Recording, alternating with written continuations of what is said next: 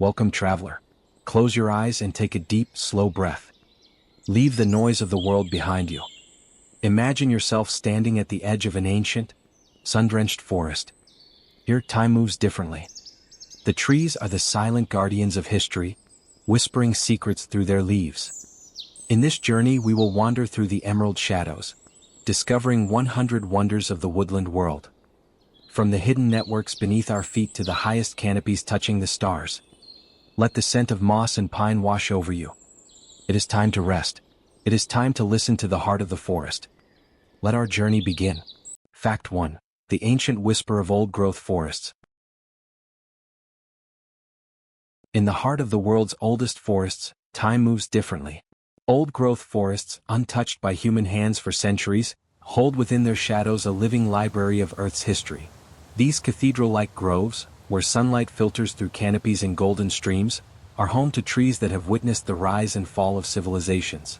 Some Douglas firs and coast redwoods have stood for over 1,000 years, their massive trunks recording climate patterns and rings of growth.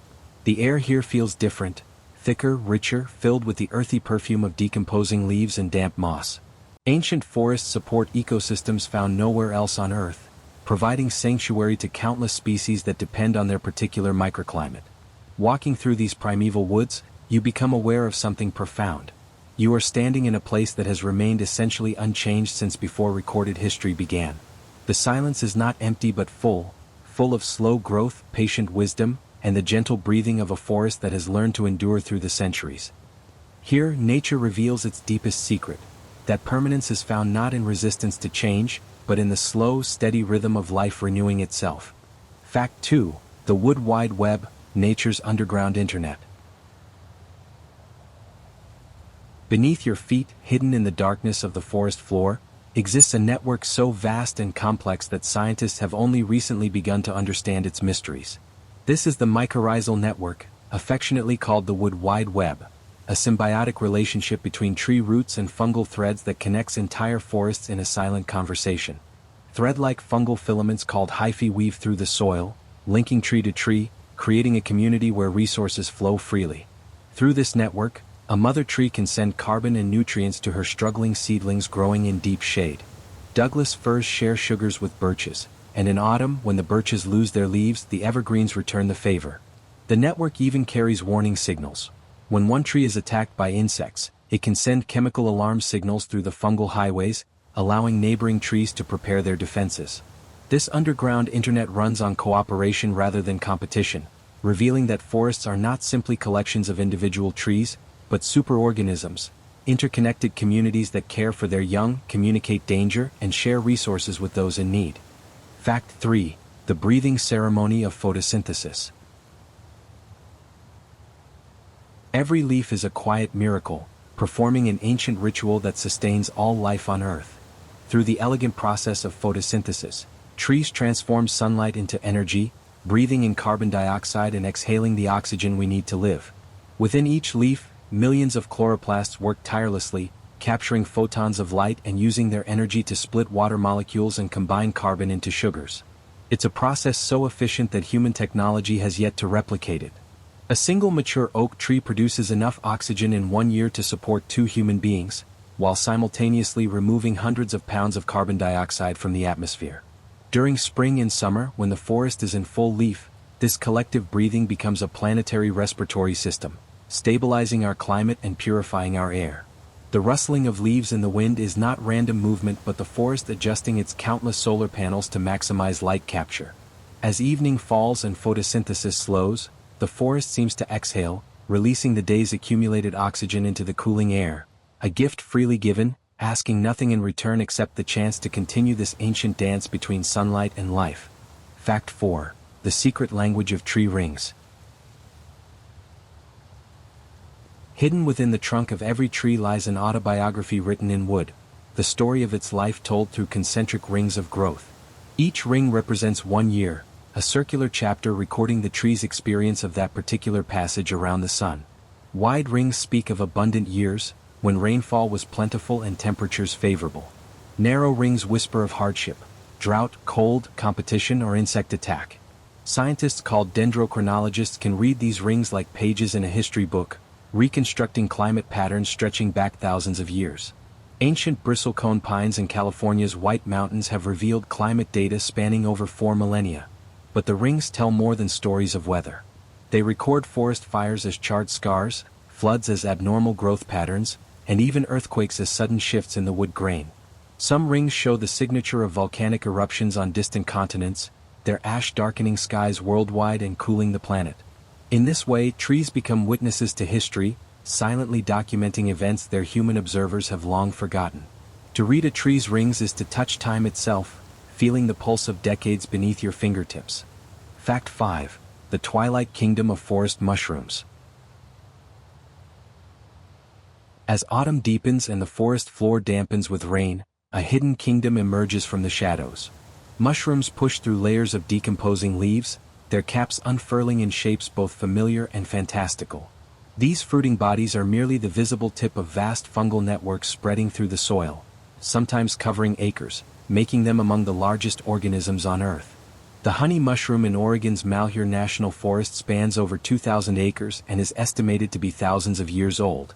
Mushrooms are the forest's recyclers, breaking down dead wood and returning its nutrients to the soil where new life can begin. Some species glow with bioluminescence, creating fairy-light displays on dark forest nights, a phenomenon that inspired countless legends of forest spirits. Others form partnerships with specific trees, their mycorrhizal relationships so specialized that neither organism can survive without the other. The mushroom season is a time of abundance, when wild pigs root through the undergrowth and deer browse on the fruiting bodies. For the forest, it's a crucial moment in the cycle of death and rebirth, when the old gives way to the new through the patient work of these Twilight Kingdom dwellers. Fact 6. The architecture of a forest canopy. High above the forest floor, suspended between earth and sky, exists a world most humans never see, the forest canopy, a green ceiling teeming with life. This aerial ecosystem, sometimes called the eighth continent, contains more biodiversity per square meter than any terrestrial environment below. The canopy is not a single layer but a complex, three-dimensional structure with its own climate, its own ecology, its own rules. Emergent trees break through the top, their crowns catching the first and last light of day. Below them, the main canopy forms an interlocking quilt of branches where most of the forest's leaves capture sunlight. Epiphytes, plants that grow on other plants, festoon the branches, creating hanging gardens in the sky. Orchids, ferns, and bromeliads collect rainwater in their leaves, forming miniature ponds where tree frogs breed and insects lay their eggs. Birds, monkeys, and countless invertebrates spend their entire lives in this elevated realm, never touching the ground. The temperature here can be 10 degrees warmer than the forest floor, and the humidity dramatically different.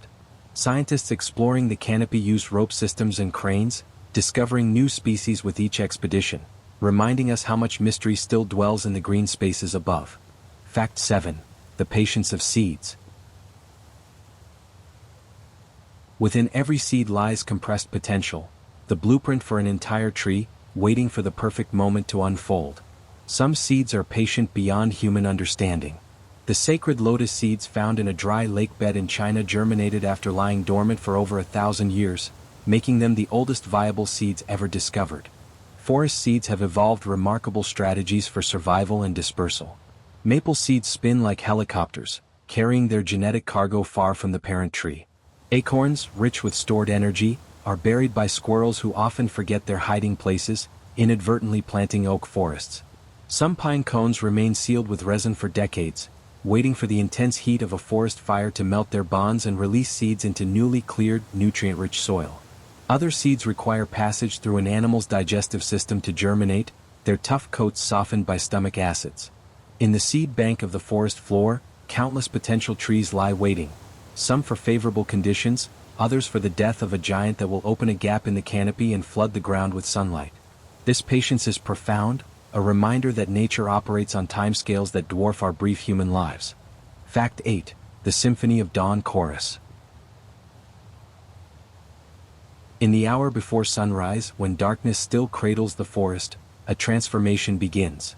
The dawn chorus, that magnificent symphony of birdsong, starts with a single voice, then builds to a crescendo that announces the arrival of a new day.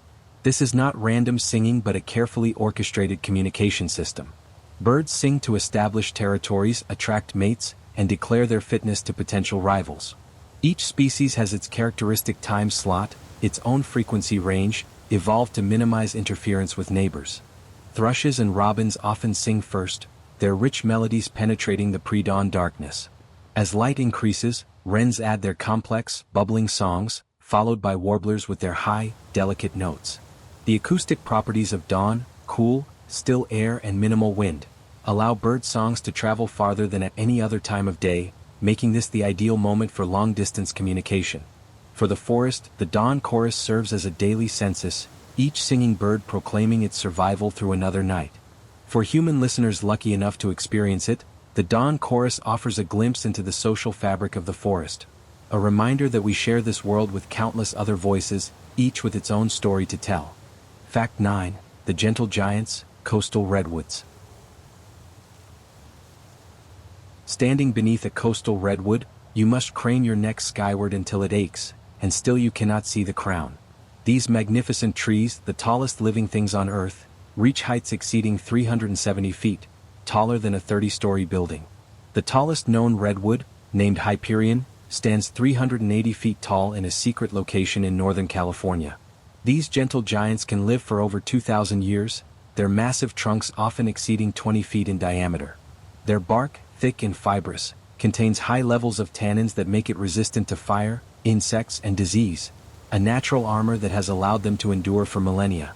Redwoods thrive in the fog belt of California and Oregon, where coastal mists provide essential moisture during dry summers. Their leaves actually absorb water directly from fog, supplementing what the roots draw from the soil. In the canopy of old-growth redwoods, entire ecosystems flourish. Ferns grow from accumulated soil and branch crotches, salamanders breed in pools of collected rainwater, and endangered marbled murrelets nest on ancient limbs. To walk through a redwood forest is to enter a space of profound humility, where human scale becomes insignificant beside these monarchs of the plant kingdom. Fact 10. The transformation of autumn. As summer wanes and days shorten, deciduous forests across temperate zones prepare for their most spectacular transformation. Autumn is not simply trees dying, but a carefully orchestrated withdrawal, a strategic retreat that allows survival through winter's harshness. As temperatures drop and daylight diminishes, trees begin breaking down the chlorophyll in their leaves, the green pigment that has powered photosynthesis all summer long. As the green fades, other pigments emerge. Carotenoids reveal yellows and oranges that were always present but hidden, while anthocyanins create brilliant reds and purples in response to sunlight and cool nights. This spectacular display serves a purpose beyond beauty. Trees are reclaiming valuable nutrients from their leaves before letting them fall, withdrawing nitrogen and phosphorus to store in their roots and branches through winter. The timing is critical. Too early and the tree loses potential growing days. Too late and an early freeze could trap nutrients in the leaves. Leaf fall creates a deep carpet on the forest floor, mulching the soil, protecting roots and providing habitat for overwintering insects and salamanders. As this organic layer slowly decomposes through winter, it releases nutrients back into the soil, preparing the ground for spring's renewal. Fact 11. The wisdom of nurse logs. In the cycle of the forest, death is never an ending but a transformation into new beginning.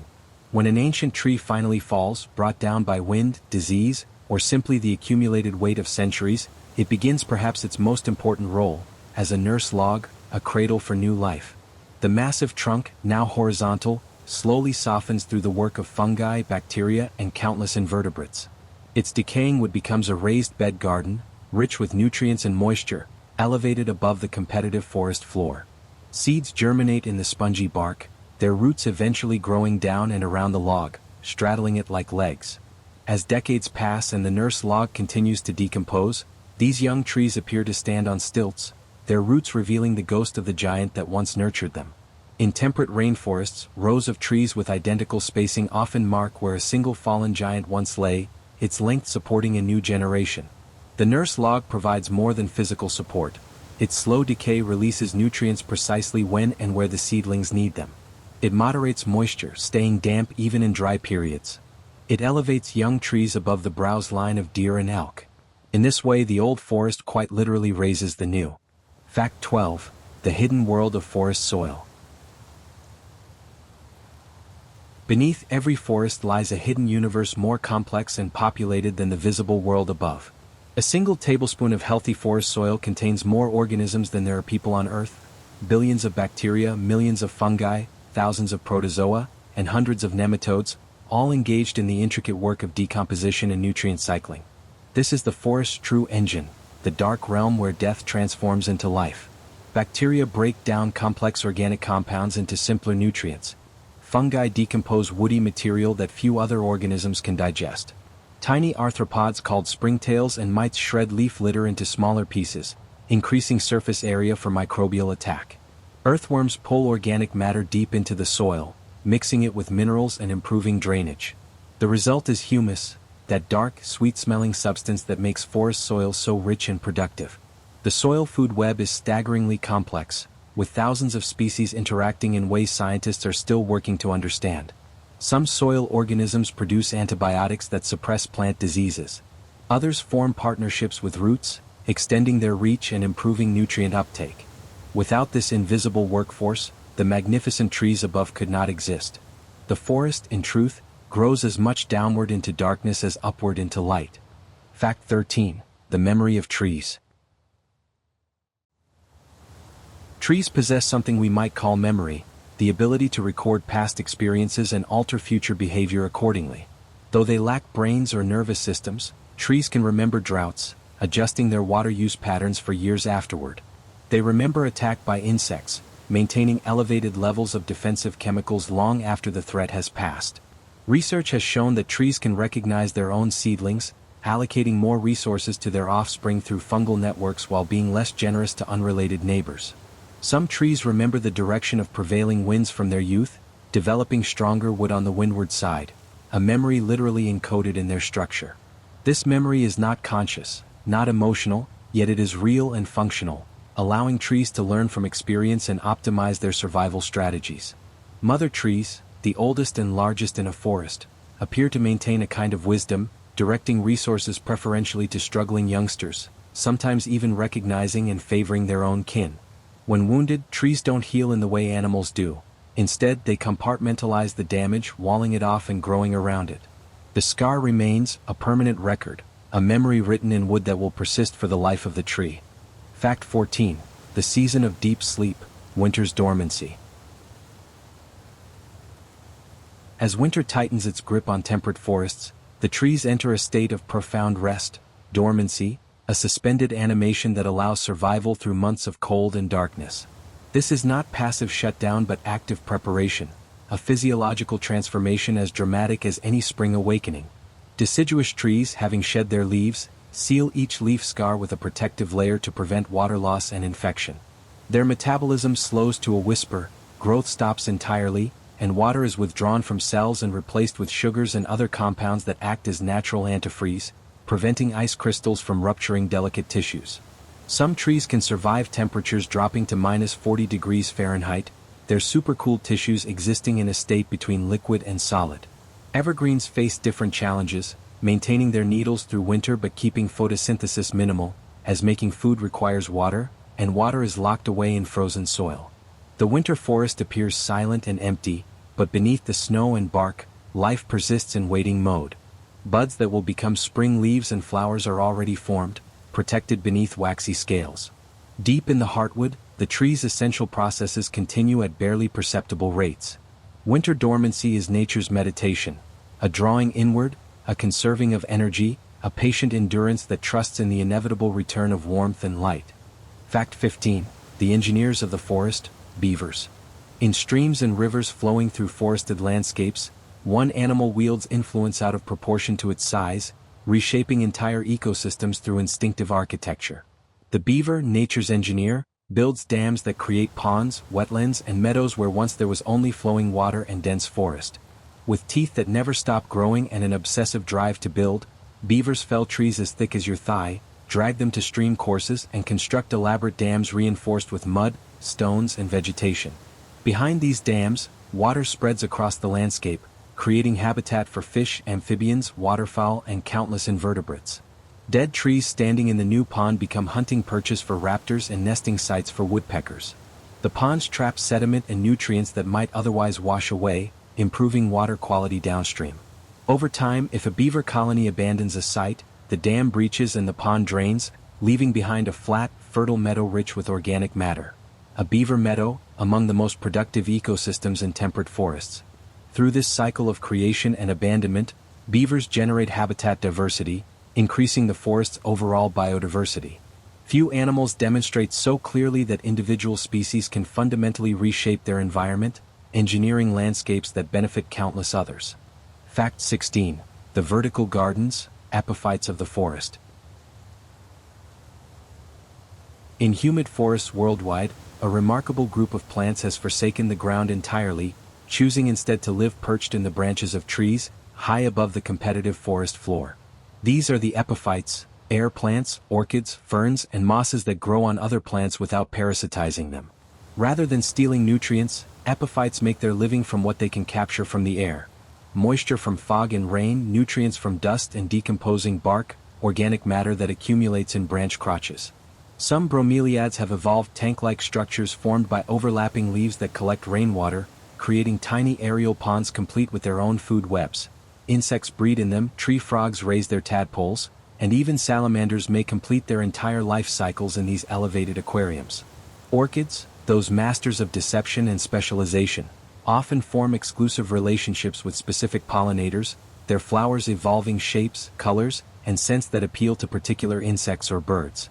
In cloud forests, where mist shrouds the canopy for much of the year, epiphytes can cover every available surface, their combined weight sometimes reaching several tons per tree. These vertical gardens significantly expand the forest's photosynthetic surface area and create habitat in what would otherwise be relatively barren branches, demonstrating that in nature, every possible niche will eventually be filled by life. Fact 17. The perfume of pine, forest chemistry. Walking through a pine forest, you inhale a scent immediately recognizable yet complex. Sharp, clean, faintly medicinal, evocative of wilderness and solitude. This is the aroma of volatile organic compounds called terpenes, chemical messages that trees release into the air. These compounds are not waste products but sophisticated tools of communication and defense. When a tree is attacked by bark beetles or caterpillars, it releases specific terpenes that warn neighboring trees to increase their own defenses, producing bitter or toxic compounds that make their tissues less palatable. Some terpenes attract predatory insects that feed on the herbivores attacking the tree, essentially calling for help in a chemical language. The fresh forest air so many people seek is actually a complex cocktail of these compounds, and research suggests they may indeed benefit human health, reducing stress hormones and enhancing immune function. The science behind the Japanese practice of forest bathing. Different tree species release different blends. Pine produces alpha-pinene and beta-pinene, eucalyptus releases eucalyptol, and firs add bornyl acetate to the mix. These compounds can also affect local climate. In some forests, terpenes are released in such quantities that they contribute to cloud formation, creating the blue haze visible over forested mountains. The forest's perfume, then, is not decoration but conversation. Trees talking to each other, to their allies, and perhaps even speaking in a language our own bodies instinctively understand. Fact 18. The underground kingdom, tree roots. For every tree reaching skyward, an equal or greater mass extends downward into darkness, creating an underground kingdom we rarely see but on which all above depends. Tree roots perform multiple miracles simultaneously, anchoring massive structures against wind and gravity, mining soil for water and nutrients, storing energy reserves, and partnering with fungi in relationships of mutual benefit. The root system is not simply a mirror image of the crown. Rather, it forms a wide, shallow network extending far beyond the tree's branches, often reaching 2 to 3 times the diameter of the canopy. The finest roots, tiny structures barely visible to the naked eye, are where the real action happens, their enormous surface area maximizing contact with soil particles and fungal partners. These tips are covered in root hairs, microscopic extensions that further increase absorption capacity. Roots must balance many needs, growing deep for anchorage and access to groundwater, spreading wide to capture surface moisture and nutrients, and investing enough carbon in fungal partnerships to ensure adequate nutrient return. In drought, deep roots access moisture other plants cannot reach. In flood, shallow roots prevent erosion and filter pollutants. The underground forest is as complex and essential as the visible one, a dark mirror reflecting and supporting the sunlit world above. Fact 19. The artists of winter, ice and frost. As winter deepens in northern forests, water becomes sculptor, decorating the woodland with temporary art that would be the envy of any gallery. Frost forms on branches in fractal patterns, each ice crystal growing according to mathematical principles that create infinite variation within underlying order. Hoarfrost coats twigs and needles with delicate feathers of ice, transforming ordinary trees into crystalline fantasies.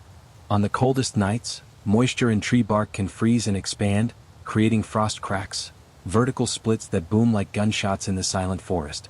Streams slow and thicken, their surfaces forming intricate patterns of anchor ice and frazzle, plates and pancakes of frozen water that pile into fantastic sculptures.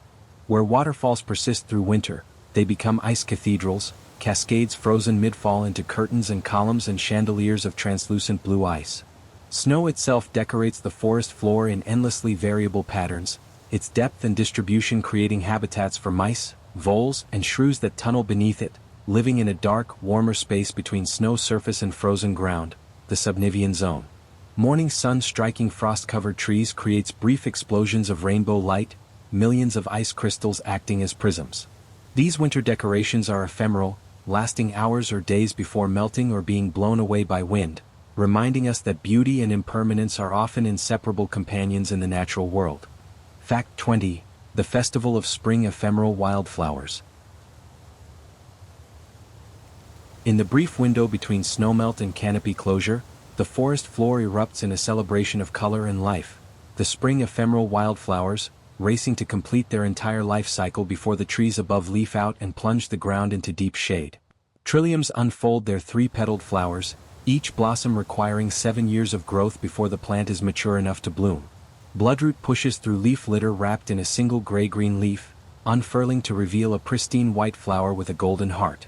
Dutchman's breeches dangle their pantaloon-shaped flowers from arching stems, each one designed to be pollinated by bees strong enough to work the complex mechanism of the bloom.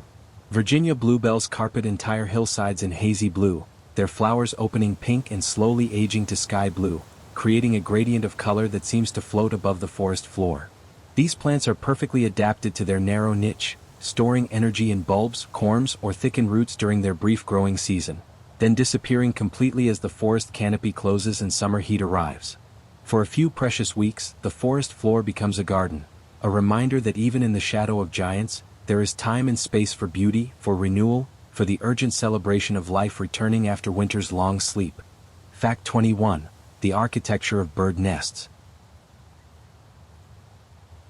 In the branching corridors of the forest, birds construct homes of astonishing variety and ingenuity, each species following blueprints refined through millennia of evolution. The cup nest of a robin, woven from grass and reinforced with mud, represents architectural efficiency, strong enough to support growing chicks, yet flexible enough to sway with the branch. Orioles suspend their pouch-like nests from the tips of branches where predators cannot easily reach, weaving plant fibers with such skill that the finished structure can support weight many times that of its builder. Woodpeckers excavate cavities in dead or dying trees, chiseling through bark and sapwood to create perfectly sized chambers, their work later inherited by secondary cavity nesters like chickadees, nuthatches, and flying squirrels. Hummingbirds build thumbnail-sized nests from spider silk and lichen, structures so elastic they expand as the chicks grow. Eagles construct massive platforms of sticks that they return to year after year, each season adding new material until the nest weighs hundreds of pounds. Some birds line their nests with aromatic plants that have antimicrobial properties, instinctively practicing a form of preventive medicine. The variety of nest architecture reflects the diversity of challenges birds face, weather, predators, parasites, and the creative solutions evolution has provided through patient experimentation across countless generations. Fact 22. The alchemy of decomposition. On the forest floor, among the fallen leaves and toppled logs, occurs an alchemy as important as photosynthesis, the transformation of death into life through decomposition. This is where organic matter breaks down, where complex molecules separate into their constituent parts, where nutrients locked in dead tissue return to circulation. The process begins almost immediately after a leaf falls or a creature dies. Bacteria colonize the surface, secreting enzymes that begin breaking down cell walls. Fungi send thread-like hyphae into the tissue, digesting it from within. Invertebrates, millipedes, soapbugs, earthworms, shred and consume the material, grinding it into smaller pieces and mixing it with minerals from the soil. What emerges from this process is humus, that dark, crumbly, sweet-smelling substance that gives forest soil its fertility. Without decomposition, dead organic matter would simply accumulate, nutrients would become locked away in unavailable forms, and the forest would starve despite being surrounded by abundance. The decomposers are the forest's recyclers, its sanitation workers, its recycling centers operating 24 hours a day. They work in darkness and obscurity, rarely noticed, never celebrated, yet absolutely essential. In many ways, the health of a forest is determined not by what grows but by how efficiently what dies can be returned to the cycle of life. Fact 23. The sentinels, ancient boundary trees. Throughout forested landscapes, certain trees hold special significance, marking boundaries between properties, commemorating historical events, or serving as gathering places for communities. These boundary trees, often the oldest and largest in a region, become living monuments, their roots intertwined with human history. In New England, stone walls run through forests, marking property lines established centuries ago when the land was cleared for farming. When farms were abandoned and forests returned, the walls remained, and often a massive oak or maple stands at each corner, planted or left standing by the original surveyors. These trees can be dated to specific years through their rings, and sometimes bear carved initials or blazes cut by long-dead hands. In Europe, village lime trees served as meeting places for centuries, their massive trunks hollow with age yet still producing leaves each spring. Some indigenous peoples marked trails and sacred sites with marker trees, saplings deliberately bent and secured, growing into distinctive shapes that could guide travelers decades later.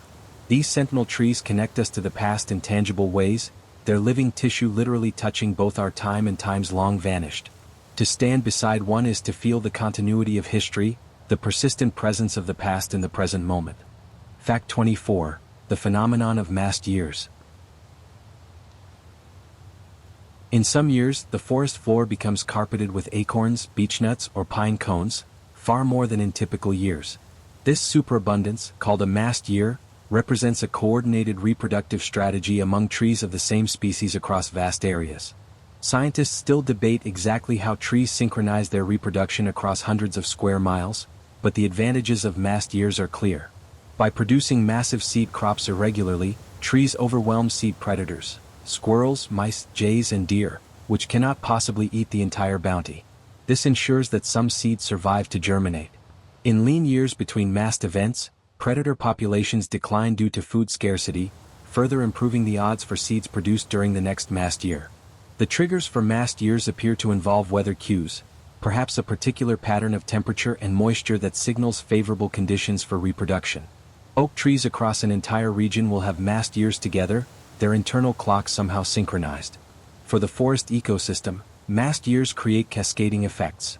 Predator populations boom the following year, taking advantage of abundant food, which then affects populations of other prey species.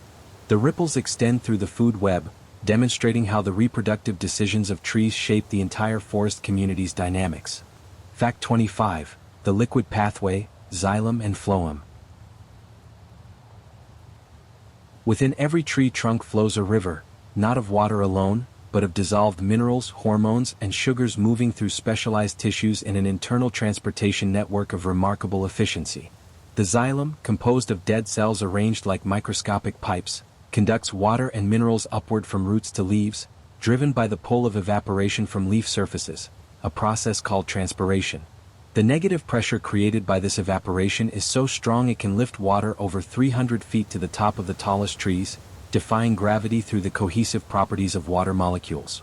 Running parallel to the xylem is the phloem, living tissue that transports sugars produced by photosynthesis from leaves to every part of the tree that needs energy. Growing roots, developing flowers, expanding buds. The phloem can move sap in any direction, responding to the tree's needs, delivering food where growth is occurring. Between these two tissue types lies the cambium, a thin layer of cells that constantly divides, producing new xylem to the inside and new phloem to the outside, gradually increasing the tree's girth. In spring, when growth resumes, the xylem cells produced are large and numerous, creating the light-colored portion of a growth ring. In summer, as growth slows, cells become smaller and denser, forming the dark portion of the ring. Fact 26. The nocturnal forest, creatures of darkness. As daylight fades and diurnal creatures settle into sleep, the forest undergoes a shift in occupation. An entirely different community emerges to claim the night. Owls launch from day roosts on silent wings, their specialized feathers dampening the sound of their flight to near silence, allowing them to hunt by hearing alone, pinpointing mice beneath snow or leaf litter. Flying squirrels glide from tree to tree on membranes stretched between their limbs, their enormous eyes gathering every photon of available light. Bats emerge from hollow trees and caves, navigating through dense forest using echolocation, their ultrasonic calls bouncing off obstacles and prey, painting a sound picture of their environment. On the ground, raccoons and possums forage, their sensitive hands and paws investigating every crevice and overturning every log. Moths visit night-blooming flowers, transferring pollen in the darkness while evading the bats that hunt them. The nocturnal forest sounds different. The rustle of small mammals through leaf litter, the distant hoot of an owl, the rasp of insects, the eerie calls of nightjars.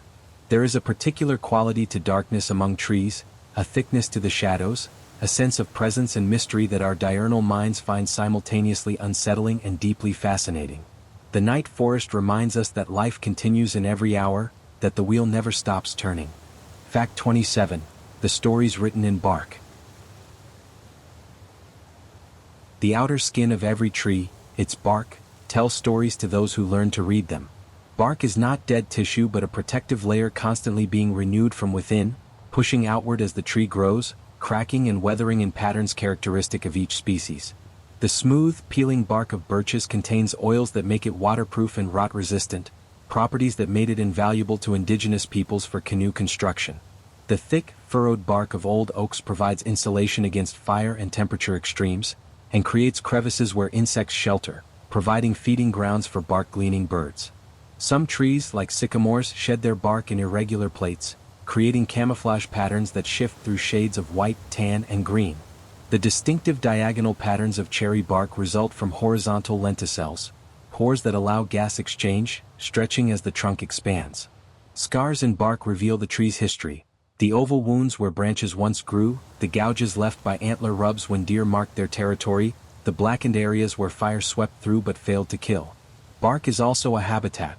Lichens and mosses colonize it, insects bore beneath it, and woodpeckers excavate it searching for beetle larvae. To examine bark closely is to discover an entire world of texture, pattern, and story written on the surface of every tree.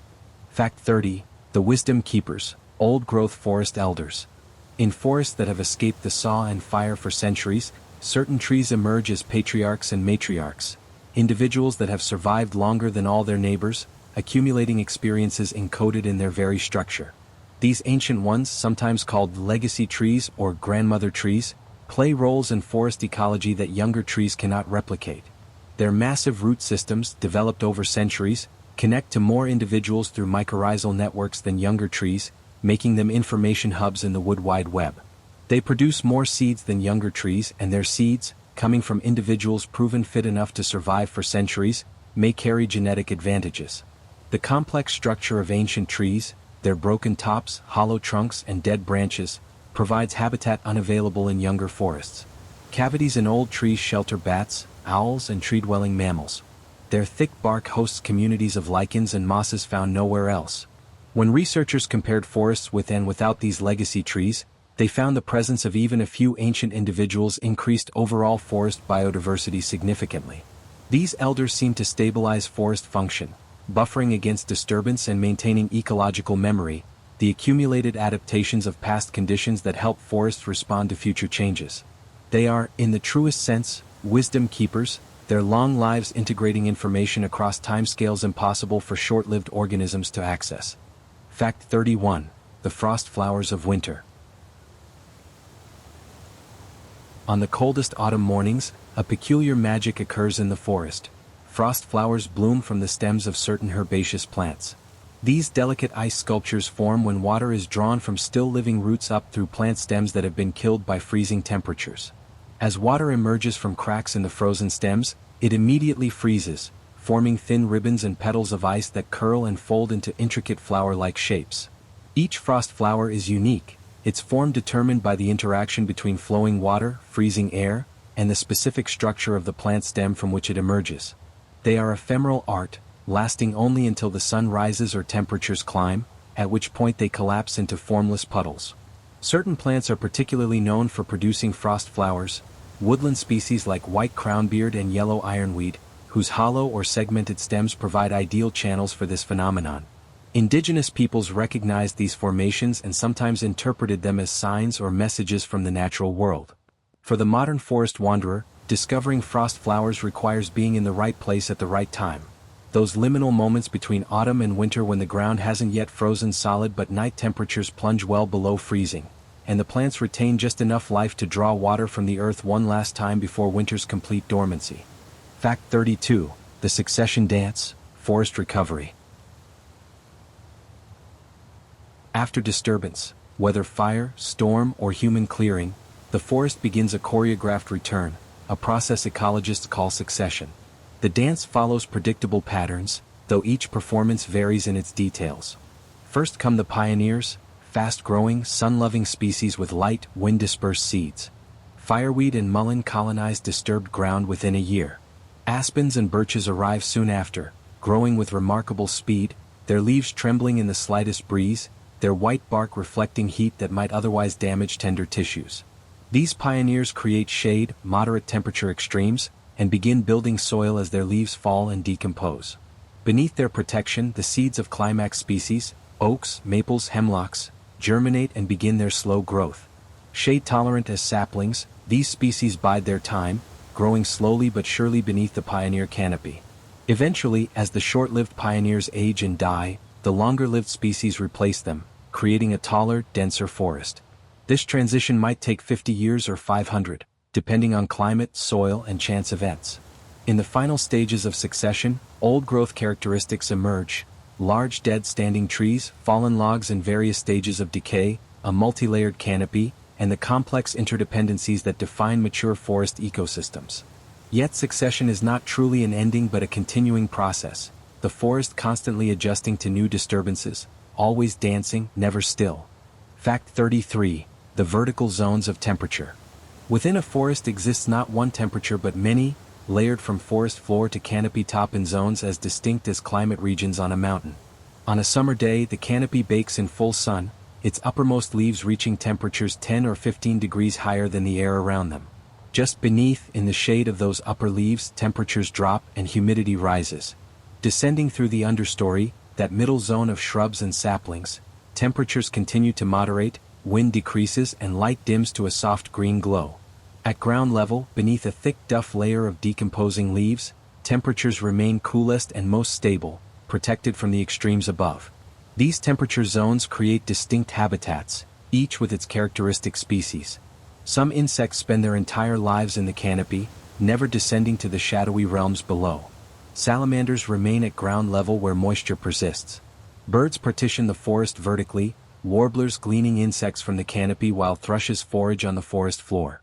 This vertical stratification multiplies the forest's carrying capacity, allowing more species to coexist by occupying different vertical niches.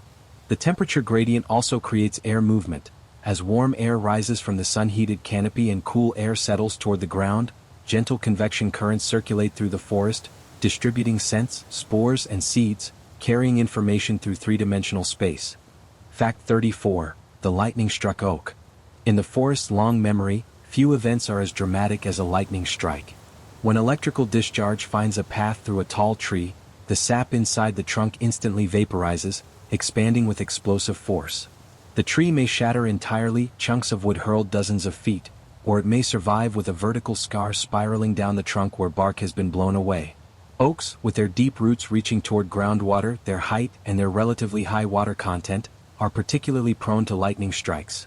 So much so that old wisdom warns never to shelter beneath an oak in a thunderstorm. Yet many oaks survive being struck, and these scarred survivors take on special character. The spiral wound exposes inner wood to weather and decay, creating cavities that wildlife rapidly colonizes. The stress of the strike sometimes triggers epicormic budding, dormant buds along the trunk sprouting into new branches, giving the tree a shaggier appearance. In some traditions, lightning-struck trees were considered sacred, touched by divine power and imbued with special properties. Their wood was prized for certain uses, their presence in the forest marked and remembered.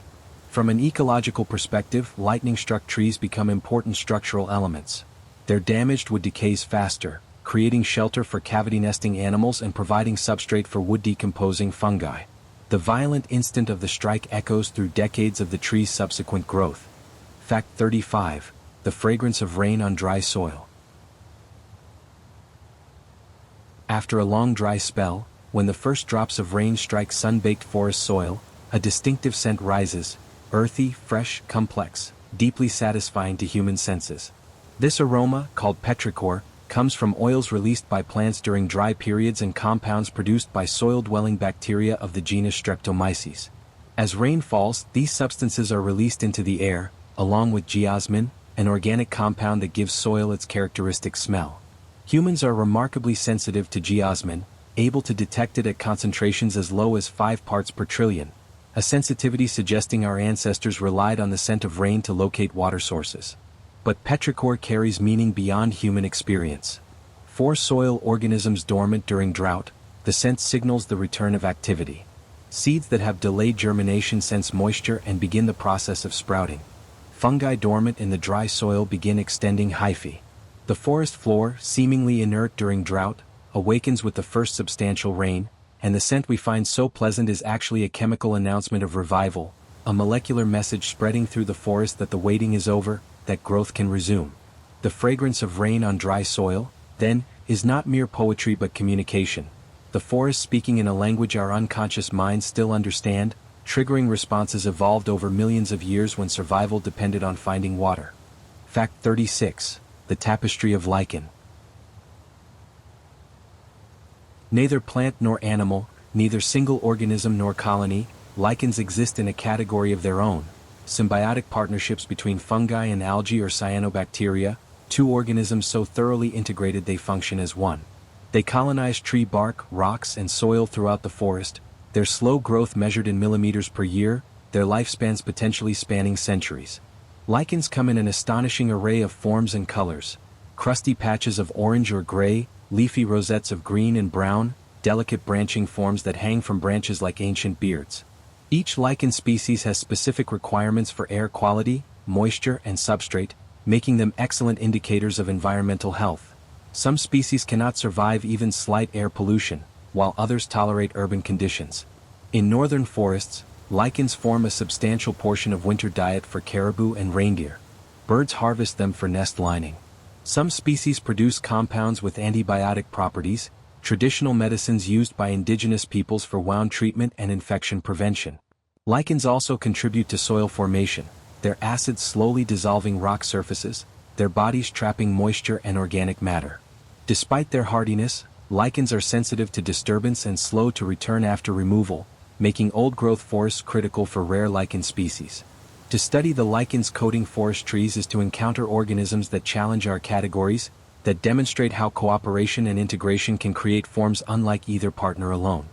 Fact 37. The hidden highways, wildlife corridors. Animals move through forests along preferred routes. Wildlife corridors that connect essential habitats and allow populations to mix and migrate. These corridors might follow ridgelines where travel is easier, or valley bottoms where water is reliable. They often persist for generations, even centuries, as animals learn routes from their parents and teach them to their offspring. Along these travel routes, you can find evidence of passage, trails worn through the undergrowth, trees rubbed bare of bark where deer scratch their antlers or bears mark their territory, scat left in prominent locations as territorial markers. For large carnivores like wolves and mountain lions, corridors connecting forest patches are essential for finding mates in new territories, preventing the genetic problems that arise from isolated populations. Amphibians migrate along corridors between breeding ponds and summer foraging grounds, often crossing roads at specific locations with devastating regularity. Birds follow corridors during migration, using forest edges and riparian zones as navigational guides and resting places. Human development increasingly fragments forests, severing these ancient highways and isolating populations. Conservation efforts now focus on identifying and protecting wildlife corridors, sometimes creating overpasses or underpasses where corridors intersect roads, allowing the continued movement that healthy populations require. The corridors themselves are not just paths but ecosystems, edges between habitat types that support unique species assemblages, places where forest meets meadow, where water meets land. Fact 38. The spiral of tree growth. Look closely at a tree trunk and you may notice that the bark's ridges spiral slightly as they ascend, or that branches emerge in spiral patterns rather than directly opposite each other. This pattern reflects an underlying geometric principle. Trees grow according to mathematical rules that maximize efficiency in ways that seem almost conscious. The spiral arrangement of branches and leaves, called phyllotaxis, follows the Fibonacci sequence, a mathematical pattern found throughout nature. By spacing leaves and branches in this spiral pattern, trees minimize shading of lower leaves by upper ones, maximizing light capture across the entire crown. The angle between successive branches, approximately 137.5 degrees, called the golden angle, ensures optimal spacing. This same pattern appears in the arrangement of scales on a pine cone, the spiral of seeds in a sunflower head, even the curve of a nautilus shell. The spiral grain in wood, where wood fibers twist as they ascend the trunk, provides mechanical advantages, making the tree less likely to split along straight lines when stressed by wind or weight. Some trees spiral clockwise, others counterclockwise, and a few switch direction as they grow, creating interlocked grain prized by woodworkers for its strength and beauty. This spiral pattern is not random but evolved, refined through millions of years of selective pressure, producing forms that are simultaneously functional, efficient, and beautiful. A reminder that mathematics underlies the organic world's apparent chaos. Fact 39. The ecosystem of a hollow tree. When a tree's heartwood begins to decay, whether from injury, lightning strike, or simply age, it creates what ecologists call a hollow or cavity tree, and far from being a dead loss, such trees become among the most valuable structures in the forest. The heartwood serves primarily structural support. Its loss doesn't prevent the tree from continuing to grow, as all active transport occurs in outer layers. What emerges in the heartwood's place is a protected chamber that serves as home for countless organisms. Bats roost in dark hollows during the day, their guano supporting unique invertebrate communities. Raccoons den in larger cavities, bearing their young in the safety of the hollow. Black bears, where they still roam, may winter in large hollow trees, entering torpor in a chamber insulated by thick walls of living wood. Smaller cavities house flying squirrels, martins, and tree-nesting ducks. Birds from chickadees to pileated woodpeckers raise their young in tree hollows, either excavating their own or using natural cavities or those created by previous occupants. In rainforests, some hollow trees collect rainwater, creating elevated ponds where tree frogs breed. The hollow tree continues living sometimes for centuries, its outer layers conducting sap, its leaves photosynthesizing, while its hollow core provides real estate for a rotating cast of tenants, demonstrating that even in apparent decay, the forest creates opportunity and abundance. Fact 40. The memory held in pollen. At the bottom of forest ponds and bogs lies a chronological archive of astonishing detail, layers of sediment containing pollen grains that settled from the air over thousands of years. Each pollen grain, microscopically small yet nearly indestructible, carries distinctive markings that identify its parent species. Scientists extract sediment cores from these quiet waters and, examining them layer by layer, reconstruct the forest's history with remarkable precision. The oldest layers, dating to the end of the last ice age, show tundra species, willow, sedge, and dwarf birch, colonizing newly exposed land as glaciers retreated. Above these, spruce pollen increases, recording the northward advance of boreal forests. Higher still, the pollen assemblage shifts to deciduous species, oak, maple, hickory, documenting the warming that brought temperate forests. Some layers contain charcoal particles alongside shifts in pollen composition, revealing forest fires and their aftermath. Recent layers sometimes show dramatic increases in ragweed and grass pollen, marking European settlement and forest clearing. This pollen record provides climate data spanning millennia, showing how forests responded to past warming and cooling cycles, information crucial for predicting responses to current climate change. Each core is a time machine, its layers a book whose pages record not human history but the deeper narrative of the forest itself, its advances and retreats, its transformations and persistence through conditions as variable as Ice Age and medieval warm period. Fact 41. The Dawn Redwood, a living fossil. In a remote valley in central China in 1941, a forester encountered trees that seemed to belong to another age, dawn redwoods, a species known only from fossils and believed extinct for millions of years. These living fossils, Metasequoia glyptostroboids, once covered vast areas of the northern hemisphere during the age of dinosaurs, their fossils found from the Arctic to Oregon. Yet somehow, in 3 small refugia in China, they persisted through ice ages and climate shifts that eliminated them everywhere else. The discovery electrified the botanical world, and seeds were quickly distributed to gardens and arboretums worldwide, ensuring the species' survival beyond its tiny natural range. Dawn redwoods are deciduous conifers, an unusual combination. They bear cones like pines but drop their needles each autumn like maples. In their natural habitat, they grow along streams in areas with distinct seasons, their feathery foliage turning copper bronze before falling. To stand before a dawn redwood is to look backward through deep time, to see a tree whose ancestors shaded Tyrannosaurus and Triceratops, whose form has remained essentially unchanged for 100 million years. Their survival challenges assumptions about extinction and permanence, reminding us that life, when given the smallest refugium, the narrowest foothold, can persist against astronomical odds, waiting for its moment to expand once more into the wider world. Fact 42. The fog catchers of coastal forests. In the coastal forests of California, Oregon, and Chile, where fog rolls in from the ocean with reliable frequency, trees have evolved to harvest water directly from the air. Redwood needles and the epiphytes that festoon their branches act as fog catchers, condensing moisture from saturated air into droplets that drip to the forest floor. During dry summers when rainfall ceases for months, this fog drip can contribute 30 to 40% of the water available to the forest ecosystem. Essentially, the trees create their own rainfall. The process is elegant in its simplicity. As fog flows through the forest, tiny water droplets collide with needles and branches, coalescing into larger drops heavy enough to fall. The forest floor beneath old-growth redwoods receives substantially more moisture than nearby clearings, creating a self-reinforcing system where the forest generates the conditions it needs to thrive. This fog harvesting extends the growing season, reduces drought stress, and supports understory species that could not survive on rainfall alone. The fog itself is a product of specific oceanic and atmospheric conditions, cold ocean currents meeting warm coastal air, making fog-dependent forests vulnerable to climate change that might alter these patterns. These forests demonstrate how trees are not passive occupants of their environment but active shapers of local climate, their presence fundamentally altering the water cycle in their vicinity. Fact 43. The drumming language of woodpeckers. In the quiet of early spring mornings, a rapid staccato breaks the silence. A woodpecker drumming on resonant wood, broadcasting territory and availability across the forest. This percussion is not feeding behavior but communication, each species producing characteristic rhythms that convey identity and intent.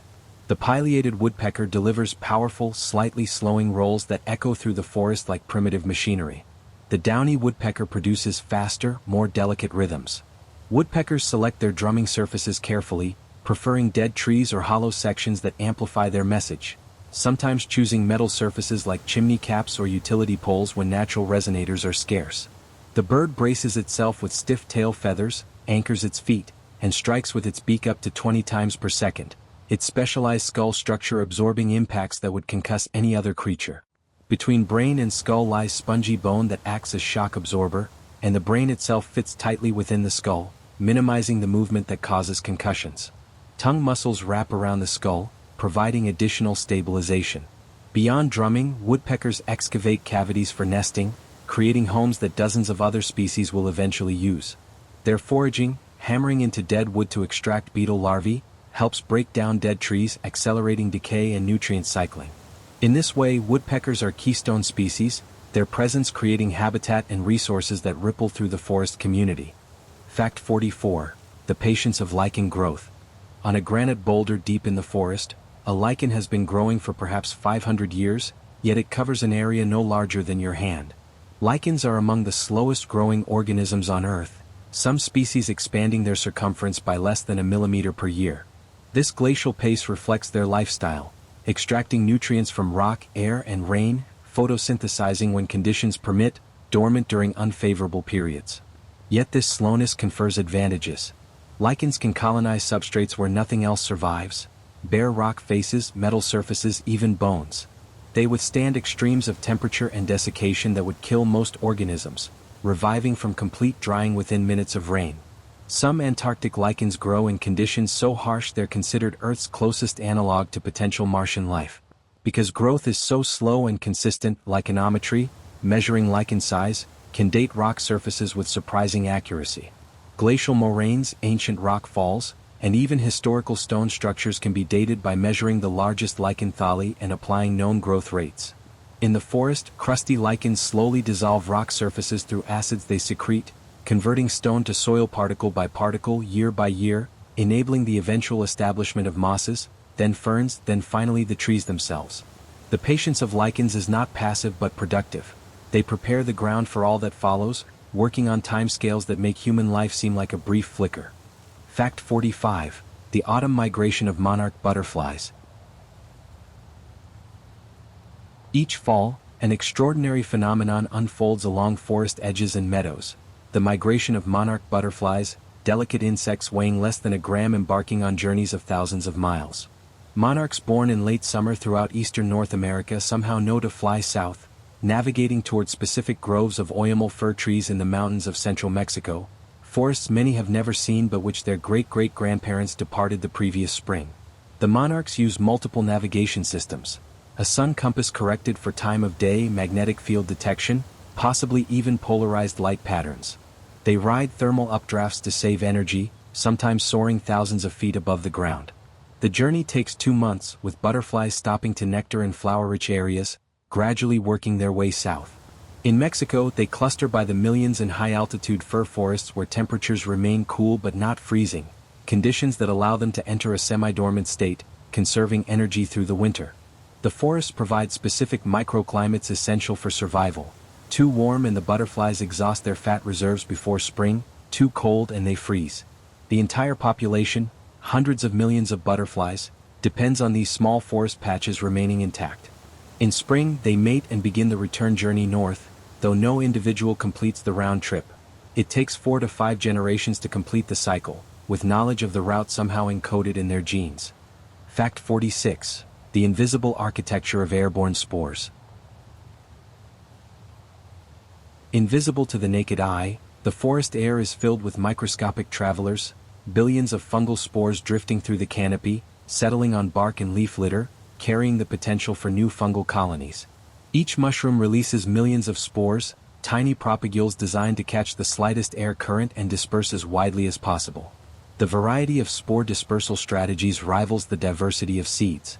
Some mushrooms, like puffballs, explosively release spores in visible clouds when struck by raindrops or disturbed by passing animals. Stinkhorns produce spores in foul-smelling slime that attracts flies, which transport spores on their feet.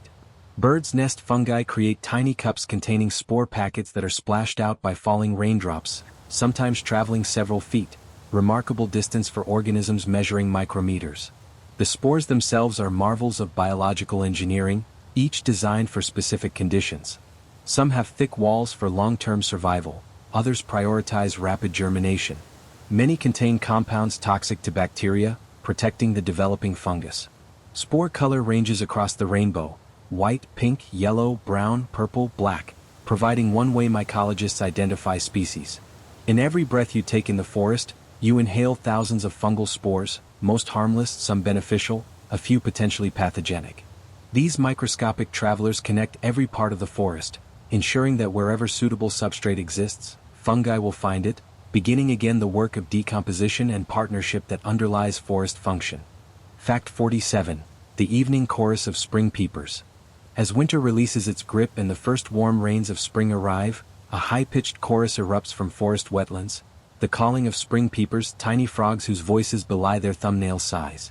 Each male inflates a vocal sac to 3 times his body size, producing a single clear note repeated with metronomic regularity. Thousands of individuals calling together create a wall of sound that can be heard a mile away, a sonic proclamation that winter has ended and the breeding season has begun. The chorus peaks near dusk when predators that hunt by sight are less effective, but the frogs call intermittently throughout the night.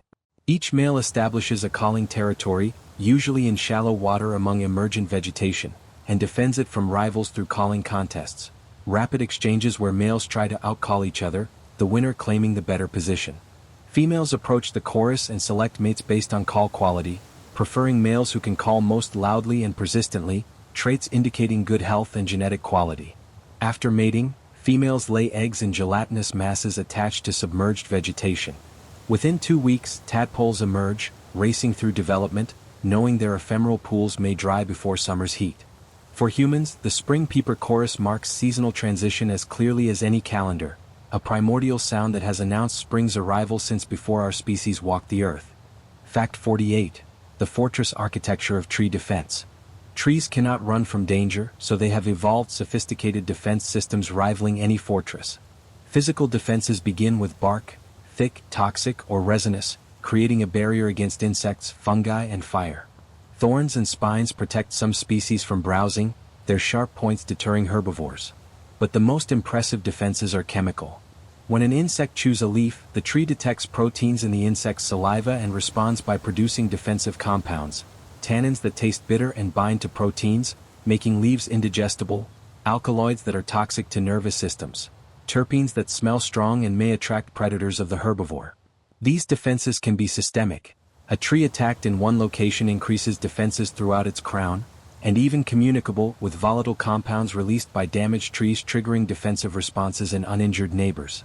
Some trees maintain constitutive defenses always present, while others produce induced defenses only when needed, saving resources for growth. The arms race between plants and herbivores has raged for hundreds of millions of years, driving escalating sophistication on both sides. Insects evolve detoxification systems. Trees develop new compounds. Some insects even co-opt plant defenses, sequestering toxic compounds to make themselves unpalatable to their own predators. This invisible chemical warfare shapes every interaction in the forest, determining which insects feed on which trees thrive, and how energy flows through the ecosystem. Fact 49. The microclimates within a single tree. A single large tree is not one environment but many, each portion creating its own microclimate with distinct temperature, humidity, and light conditions. The sun-facing side of the trunk warms several degrees hotter than the shaded side, creating temperature gradients that different lichens and mosses exploit, sorting themselves into communities based on their temperature tolerances.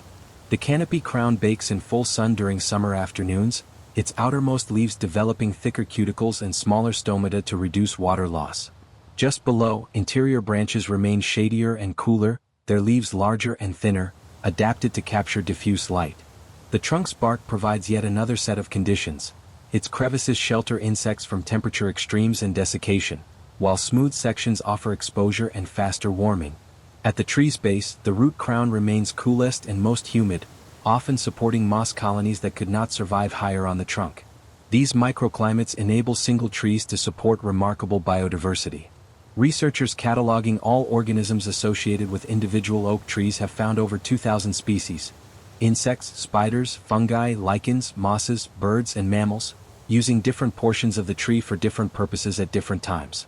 This three-dimensional habitat complexity, varying from ground to crown and from sun to shade, multiplies the number of ecological niches available, allowing more species to coexist by partitioning resources spatially rather than competing directly. Fact 50. The underground water table. Beneath the visible forest floor flows an invisible river, groundwater moving slowly through soil pores and rock fractures, its level rising and falling with seasons and rainfall. This water table fundamentally shapes the forest above, determining which species can grow where and influencing everything from growth rates to fire susceptibility. Where the water table intersects the ground surface, springs emerge and wetlands form, creating habitat for species requiring constant moisture. Tree roots must balance access to groundwater against the need for oxygen. Roots submerged in waterlogged soil suffocate unless specially adapted. Species sort themselves along moisture gradients, with willows and alders dominating areas of high water tables, oaks and pines preferring well-drained slopes where water tables remain deep. During drought, the water table drops and shallow-rooted species suffer while deep-rooted ones tap reserves beyond reach of surface dwellers. Trees themselves influence water tables through their transpiration, pumping groundwater upward and releasing it to the atmosphere, lowering water tables in summer when transpiration peaks. When forests are cleared, water tables often rise dramatically, sometimes creating wetlands where none existed before, demonstrating the profound hydrological role of trees. In some regions, roots access water tables dozens of feet below the surface, acting as hydraulic lifts, drawing water upward at night and releasing it into upper soil layers where other plants can use it, a form of facilitation that increases overall forest productivity. Fact 51. The timekeepers, phenology and forest rhythms. The forest operates on a biological calendar more precise than any human timepiece. Phenology, the timing of seasonal events like leaf emergence, flowering, and migration. These events are not arbitrary but carefully timed to maximize reproductive success and survival. In temperate forests, trees track accumulated warmth through spring, the sum of degree days above freezing, ensuring that leaves emerge only when frost risk has diminished. Different species emerge on different schedules. Red maple leaves out early, gambling on early season photosynthesis despite occasional frost damage. Oaks wait longer, playing it safe but starting growth later. Wildflowers time their blooming to pollinator availability and light conditions before canopy closure. Migratory birds time their arrival to coincide with peak caterpillar abundance, the protein-rich food their nestlings need. Across the forest, thousands of species have calibrated their life cycles to environmental cues and to each other, creating a synchronized performance where timing is everything. Climate change is disrupting these ancient rhythms. Spring arrives earlier, but not all species adjust equally. Plants may leaf out before their pollinators emerge, or birds may arrive before caterpillars are abundant. These mismatches, called phenological asynchrony, can have cascading effects, breaking relationships refined over millions of years. The forest calendar, once reliable, is being rewritten, and not all species can revise their schedules quickly enough to keep pace. Fact 52. The majesty of forest giants. In scattered locations worldwide, forests contain individuals that dwarf all neighbors, giant trees of legendary proportions that inspire awe and wonder in all who encounter them. The General Sherman, a giant sequoia in California, is the largest tree by volume on Earth, its trunk containing enough wood to build a small village. Coast redwoods achieve the greatest heights, with Hyperion topping 380 feet. Mountain ash in Tasmania rival the redwoods in height, their smooth, straight trunks rising like pale columns. Tropical rainforests harbor their own giants, kapok trees, dipterocarps, and Brazil nut trees that tower above the canopy, their crowns isolated in full sun, providing perches for harpy eagles and platforms for epiphytes found nowhere else. These giants achieve their stature through combination of favorable conditions, genetic potential, and sheer luck, avoiding fire, storm, and disease long enough to reach record dimensions. They represent the extreme of what their species can accomplish given sufficient time and resources. Their sheer scale changes how we perceive ourselves and our place in nature, reducing human significance to something appropriately modest. To stand beside a tree with a trunk wider than your house, that was already ancient when Columbus sailed, is to experience profound perspective shift. These giants remind us that life, given time and space, builds monuments that make our grandest architecture seem fleeting and small by comparison. Fact 53. The fungal fairy rings. In forest clearings and meadows, you may encounter a curious phenomenon, a ring of mushrooms emerging in a near-perfect circle, with grass inside the ring growing darker green or, conversely, dying back entirely. These fairy rings, so named because folklore attributed them to dancing fairies, are actually the surface expression of underground fungal colonies expanding radially from a central point. Each year, the colony grows outward as fungal hyphae consume organic matter in the soil, and mushrooms fruit along the expanding perimeter. Inside the ring, nutrients have been depleted and the soil may be hydrophobic from fungal metabolites, stressing vegetation. Just outside the ring, partially decomposed organic matter releases nutrients that fertilize plants, creating the darker green zone. Some fairy rings are enormous and ancient. A ring in France measures nearly a kilometer in diameter and is estimated to be over 700 years old, making the fungal colony one of the oldest living organisms. The circular shape emerges naturally from uniform growth in all directions from a central point, creating these living geometric forms. Various species produce rings, mushrooms, puffballs, and others, each creating slightly different effects on the surrounding vegetation. In the forest, fairy rings often go unnoticed except during fruiting, when the mushroom circle suddenly becomes visible, marking the outline of a vast underground organism that has been growing silently through soil and leaf litter for decades or centuries, waiting for the right conditions to reveal itself.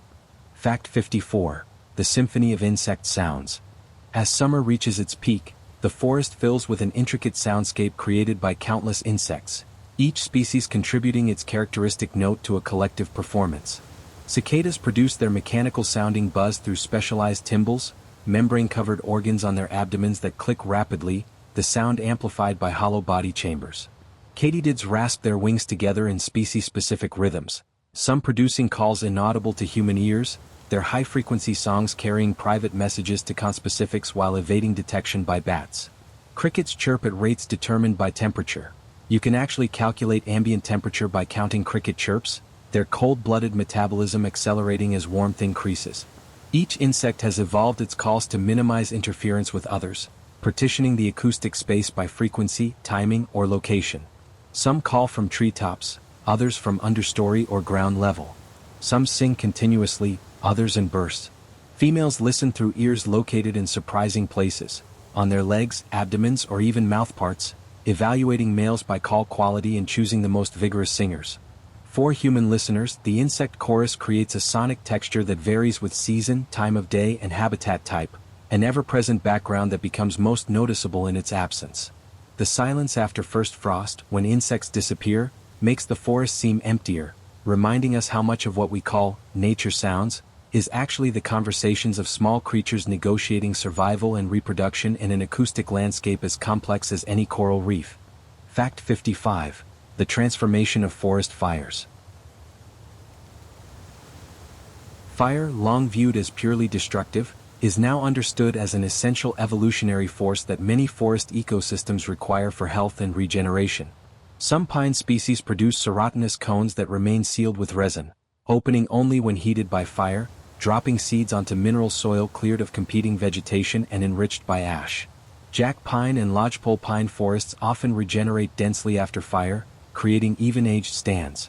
Aspen and other hardwoods resprout vigorously from roots after above-ground portions burn, sometimes creating such dense thickets that large herbivores cannot penetrate them. Fire creates structural diversity, a patchwork of burned and unburned areas, different age classes, and varied habitat types that support more species than uniform forests. Thick bark protects some trees from ground fires. Ponderosa pines develop bark several inches thick that insulates living tissue, allowing individuals to survive multiple fires during their lifetimes.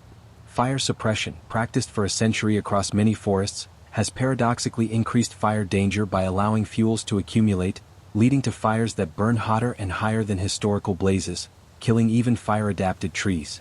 Indigenous peoples understood fire's role, using it strategically to shape forests, maintain meadows, and encourage desired species. Modern management is relearning these lessons, reintroducing prescribed fire where possible, allowing some natural fires to burn under controlled conditions, and accepting that fire is not an aberration but an integral process in forest ecology. Fact 56. The shelter of fallen logs. When a tree falls in the forest, its service to the ecosystem is far from over. Indeed, it enters perhaps its most productive phase as fallen log, providing shelter, substrate, and nutrients for decades as it slowly returns to soil. A newly fallen log offers instant cover for small mammals, mice, voles, shrews, and weasels, that tunnel beneath it or navigate along its length as a protected highway. Salamanders shelter beneath bark that is pulling away from the wood, finding the constant moisture they require. As years pass and decay progresses, the log softens, allowing woodpeckers to excavate it searching for beetle larvae and carpenter ants. The rotting wood becomes nursery for tree seedlings, its elevated position protecting young trees from browsing deer and its spongy texture holding moisture through dry periods. Fungi colonize the log, sending networks of hyphae through the wood, breaking down lignin and cellulose, transforming complex molecules into simpler forms other organisms can use. The progression is orderly. First arrive species that digest fresh wood, then those specialized for partially decayed wood, finally those that process the last crumbling remnants. By the time a log has completely decomposed, a process requiring 30 to 100 years depending on species and conditions, it has supported thousands of organisms and returned tons of organic matter to the soil. The forest floor's characteristic uneven topography, its pit and mound texture, is created by this cycle of falling and decay, creating microhabitat diversity that increases overall ecosystem complexity. Fact 57. The engineering of ant colonies. Beneath the forest floor, in rotting logs and within mounds rising above the leaf litter, Ant colonies create complex societies numbering thousands to millions of individuals, their collective behavior producing emergent intelligence that solves problems no individual ant could tackle. Each colony is essentially a superorganism, with worker ants functioning like cells in a body, each specialized for particular tasks: foraging, brood care, colony defense, or refuse management. Leafcutter ants in tropical forests harvest fresh vegetation not to eat directly but to cultivate fungus gardens, the fungus providing nutrition while the ants provide substrate and protection, a true agricultural system predating human agriculture by millions of years. Carpenter ants excavate galleries in wood, creating structures so extensive they can weaken trees or wooden structures, though they don't eat wood but simply remove it to create living space. Ant colonies modify their environments significantly, improving soil drainage and aeration through their tunneling, dispersing seeds of many plant species, and preying on or tending other insects. Some ants farm aphids like cattle, protecting them from predators and parasites in exchange for honeydew, the sugary secretion aphids produce. Ant warfare occurs between colonies, with raids and territorial battles shaping colony distribution. The colony's architectural sophistication includes climate control, maintaining stable temperature and humidity through strategic tunnel design and manipulation of airflow, creating conditions suitable for brood development regardless of external weather. Understanding ant colonies requires thinking at multiple scales: the individual, the caste, the colony, and the role in the broader ecosystem, each level revealing different aspects of their remarkable social organization. Fact 58. The alchemy of autumn color. The brilliant colors of autumn foliage result from a complex biochemical process as trees prepare for winter dormancy. As days shorten and temperatures cool, deciduous trees begin withdrawing valuable nutrients from their leaves, breaking down chlorophyll and reclaiming its nitrogen. As green chlorophyll disappears, other pigments become visible. Carotenoids, yellow and orange pigments present all along but masked by chlorophyll, now dominate, creating the golden yellows of aspens and birches.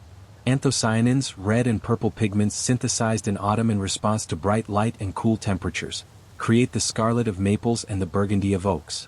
These anthocyanins may serve protective functions, acting as sunscreen for leaf tissue while nutrient withdrawal proceeds, or as antioxidants neutralizing harmful compounds produced during senescence. The intensity of autumn color varies with weather. Bright, cool days and chilly but not freezing nights produce the most spectacular displays. Drought stress often produces more brilliant reds but causes leaves to drop earlier.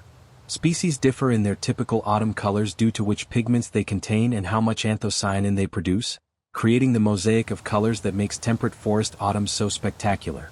But beneath this beauty lies pragmatic biochemistry, trees salvaging resources from disposable tissue, protecting valuable compounds during the withdrawal process, and preparing for the metabolic shutdown necessary to survive winter's cold and darkness.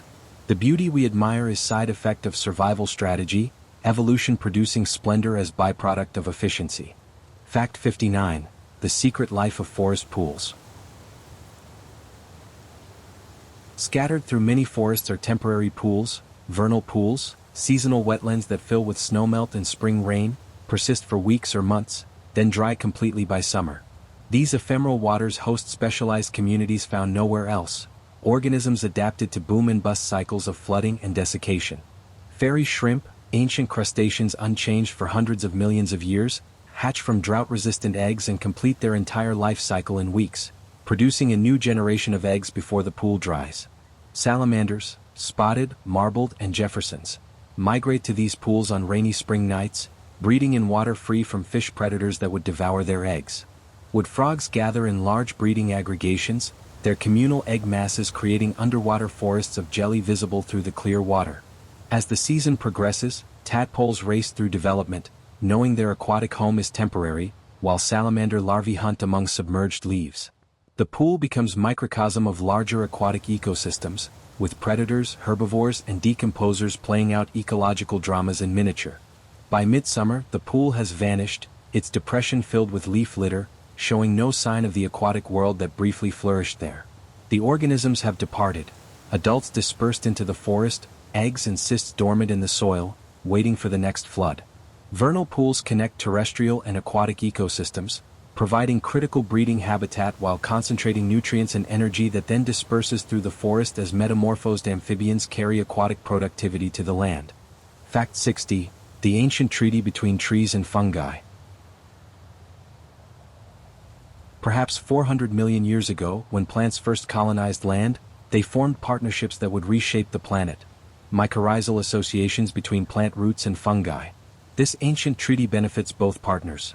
Plants provide fungi with sugars from photosynthesis, while fungi provide plants with water and nutrients, particularly phosphorus, absorbed from the soil by the vast fungal network extending far beyond where roots can reach.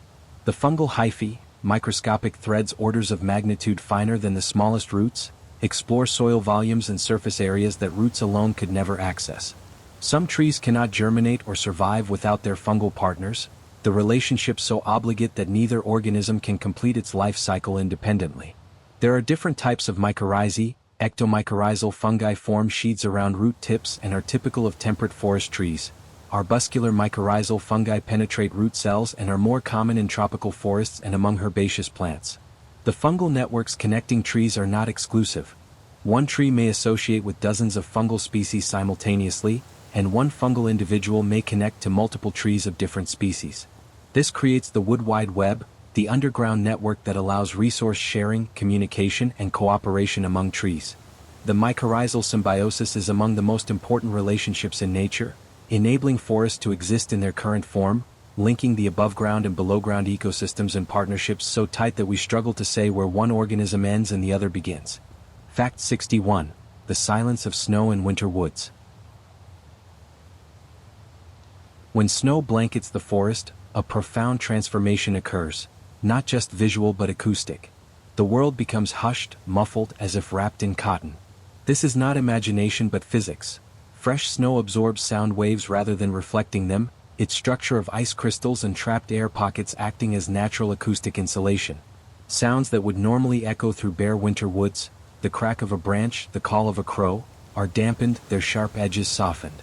The forest fills with a quality of silence that approaches the absolute, broken only by sounds that seem amplified by contrast. The whisper of snow sliding from evergreen boughs, the distant drumming of a woodpecker, your own breathing crystallizing in the cold air. This silence has practical implications for forest animals. Predators that hunt by sound find tracking more difficult when snow muffles the movements of prey.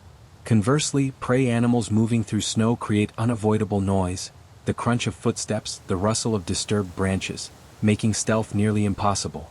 Deep snow creates a subnivean space beneath its surface where small mammals tunnel, insulated from extreme cold and hidden from aerial predators, their movements silent in passages beneath the surface. The winter forest under snow becomes a place of stillness and quiet contemplation, nature at its most meditative, inviting a corresponding interior quietness in those who enter this hushed realm where even time seems to slow its relentless progression. Fact 62. The resurrection ferns and mosses. On tree branches and rocks throughout humid forests grow remarkable plants, resurrection ferns and mosses, that possess an almost magical ability to survive complete desiccation. During dry periods, these plants curl up, turn brown, and appear completely dead, their cells losing nearly all their water content. Yet within hours of rain, they revive, unfurling and turning green again, resuming photosynthesis as if nothing had happened. This ability to survive desiccation, called poikilohydry, requires specialized adaptations. As they dry, these plants produce sugars and proteins that protect cell membranes and proteins from irreversible damage. Their cell walls are structured to withstand extreme deformation without rupturing. Some accumulate compounds that act like biological antifreeze, preventing the formation of ice crystals that would pierce cell structures. The speed of resurrection is remarkable. Within minutes of wetting, cells begin rehydrating. Within hours, photosynthesis resumes at normal rates.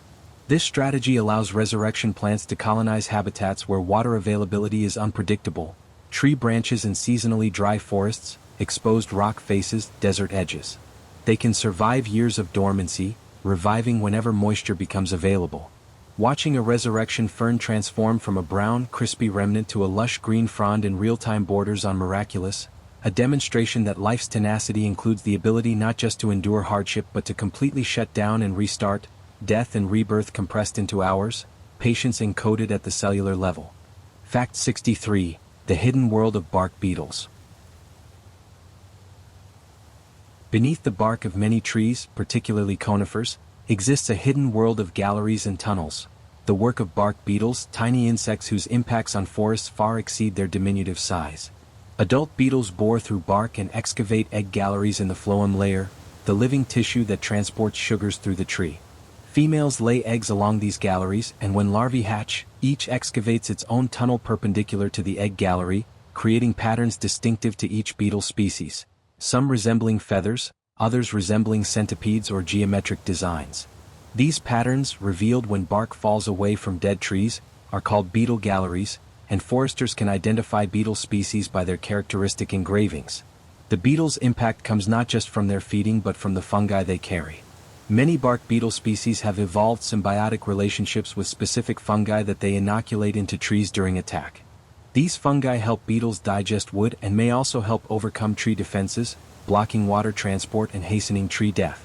Under normal conditions, healthy trees defend themselves by producing copious resin that floods beetle tunnels and repels further attacks. But drought-stressed trees cannot produce sufficient resin, making them vulnerable. When beetle populations explode, often triggered by abundant dead trees from storms, fires, or previous droughts, they can overwhelm even healthy trees, killing millions of acres of forest.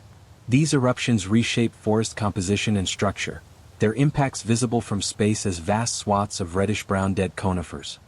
Fact 64. The stratification of forest light. Light in the forest is not uniform but stratified, creating distinct zones from full sun in the canopy to deep shade on the forest floor. The canopy receives full-spectrum sunlight and captures the majority of available light energy, its leaves positioned and oriented to maximize photosynthesis. Below the canopy, in the understory, light levels drop dramatically, often to 1 to 5% of full sun, and the light quality changes. The canopy absorbs primarily red and blue wavelengths used in photosynthesis, allowing green wavelengths to pass through, bathing the understory in a characteristic green-tinged light. This filtered light creates unique challenges for understory plants, which have evolved distinctive adaptations. Their leaves are typically larger and thinner than canopy leaves, maximizing surface area to capture scarce photons while minimizing construction costs. Some produce purple pigments on leaf undersides that reflect filtered light back through the leaf tissue, giving it a second chance to be absorbed. On the forest floor, shade-tolerant wildflowers and ferns eke out existence on light so dim that photosynthesis barely exceeds respiration. Sunflecks, brief moments when gaps in the canopy allow direct sunlight to reach the forest floor, become critical resources, with some understory plants capable of rapidly increasing photosynthesis when these fleeting opportunities arise. The vertical stratification of light creates distinct ecological zones within a single forest, each with its characteristic flora and fauna, effectively multiplying the habitat complexity and biodiversity that forests can support. Fact 65. The dawn of spring, sap rising. In late winter, while snow still blankets the ground and air temperatures hover near freezing, a subtle transformation begins within deciduous trees. Sap begins to flow. This movement, particularly pronounced in maples and birches, results from pressure changes within the tree's water transport system. On sunny days, temperatures above freezing cause gases dissolved in the xylem to expand, creating positive pressure that forces sap upward. On cold nights, temperatures drop below freezing, creating negative pressure that pulls water from the soil up into the tree. This freeze-thaw cycle, repeated over weeks, moves enormous volumes of sap, sugar-rich fluid that the tree stored in its roots during autumn. The sap flows most vigorously when days are warm and nights cold, conditions that occur reliably in early spring. This is when maple syrup producers tap trees, drilling small holes into the sapwood and collecting the flowing sap, which is then boiled down to concentrated sugars into syrup. It takes roughly 40 gallons of sap to produce 1 gallon of syrup, representing the concentrated sweetness the tree intended for spring growth. Native peoples discovered this resource long ago, and sugaring became an important early spring activity, a source of calories and sweetness after long winters. For the trees, sap flow is preparation for the enormous energy investment of leaf production, transporting stored sugars from roots to buds, where they will fuel the rapid cell division and expansion necessary to create a new canopy before summer. Fact 66. The forest floor's living carpet, moss. Moss, often overlooked, forms living carpets across the forest floor, over fallen logs and up tree trunks, creating habitats in miniature. These simple plants, among the oldest land plant lineages, lack true roots, instead anchoring themselves with rhizoids while absorbing water and nutrients directly through their leaves. This makes them extremely sensitive to air quality and moisture, with different species indicating specific environmental conditions. Some mosses require constant moisture, others tolerate periodic drying. Some need deep shade, others colonize sun-exposed rocks. Walking through a moss-covered forest is like walking on a living sponge. Each step releases water held in the moss's dense structure, which can absorb and retain 20 times its weight in water, regulating moisture availability across the forest floor. This water-holding capacity makes moss critical for preventing erosion, maintaining stream flow during dry periods and moderating soil moisture.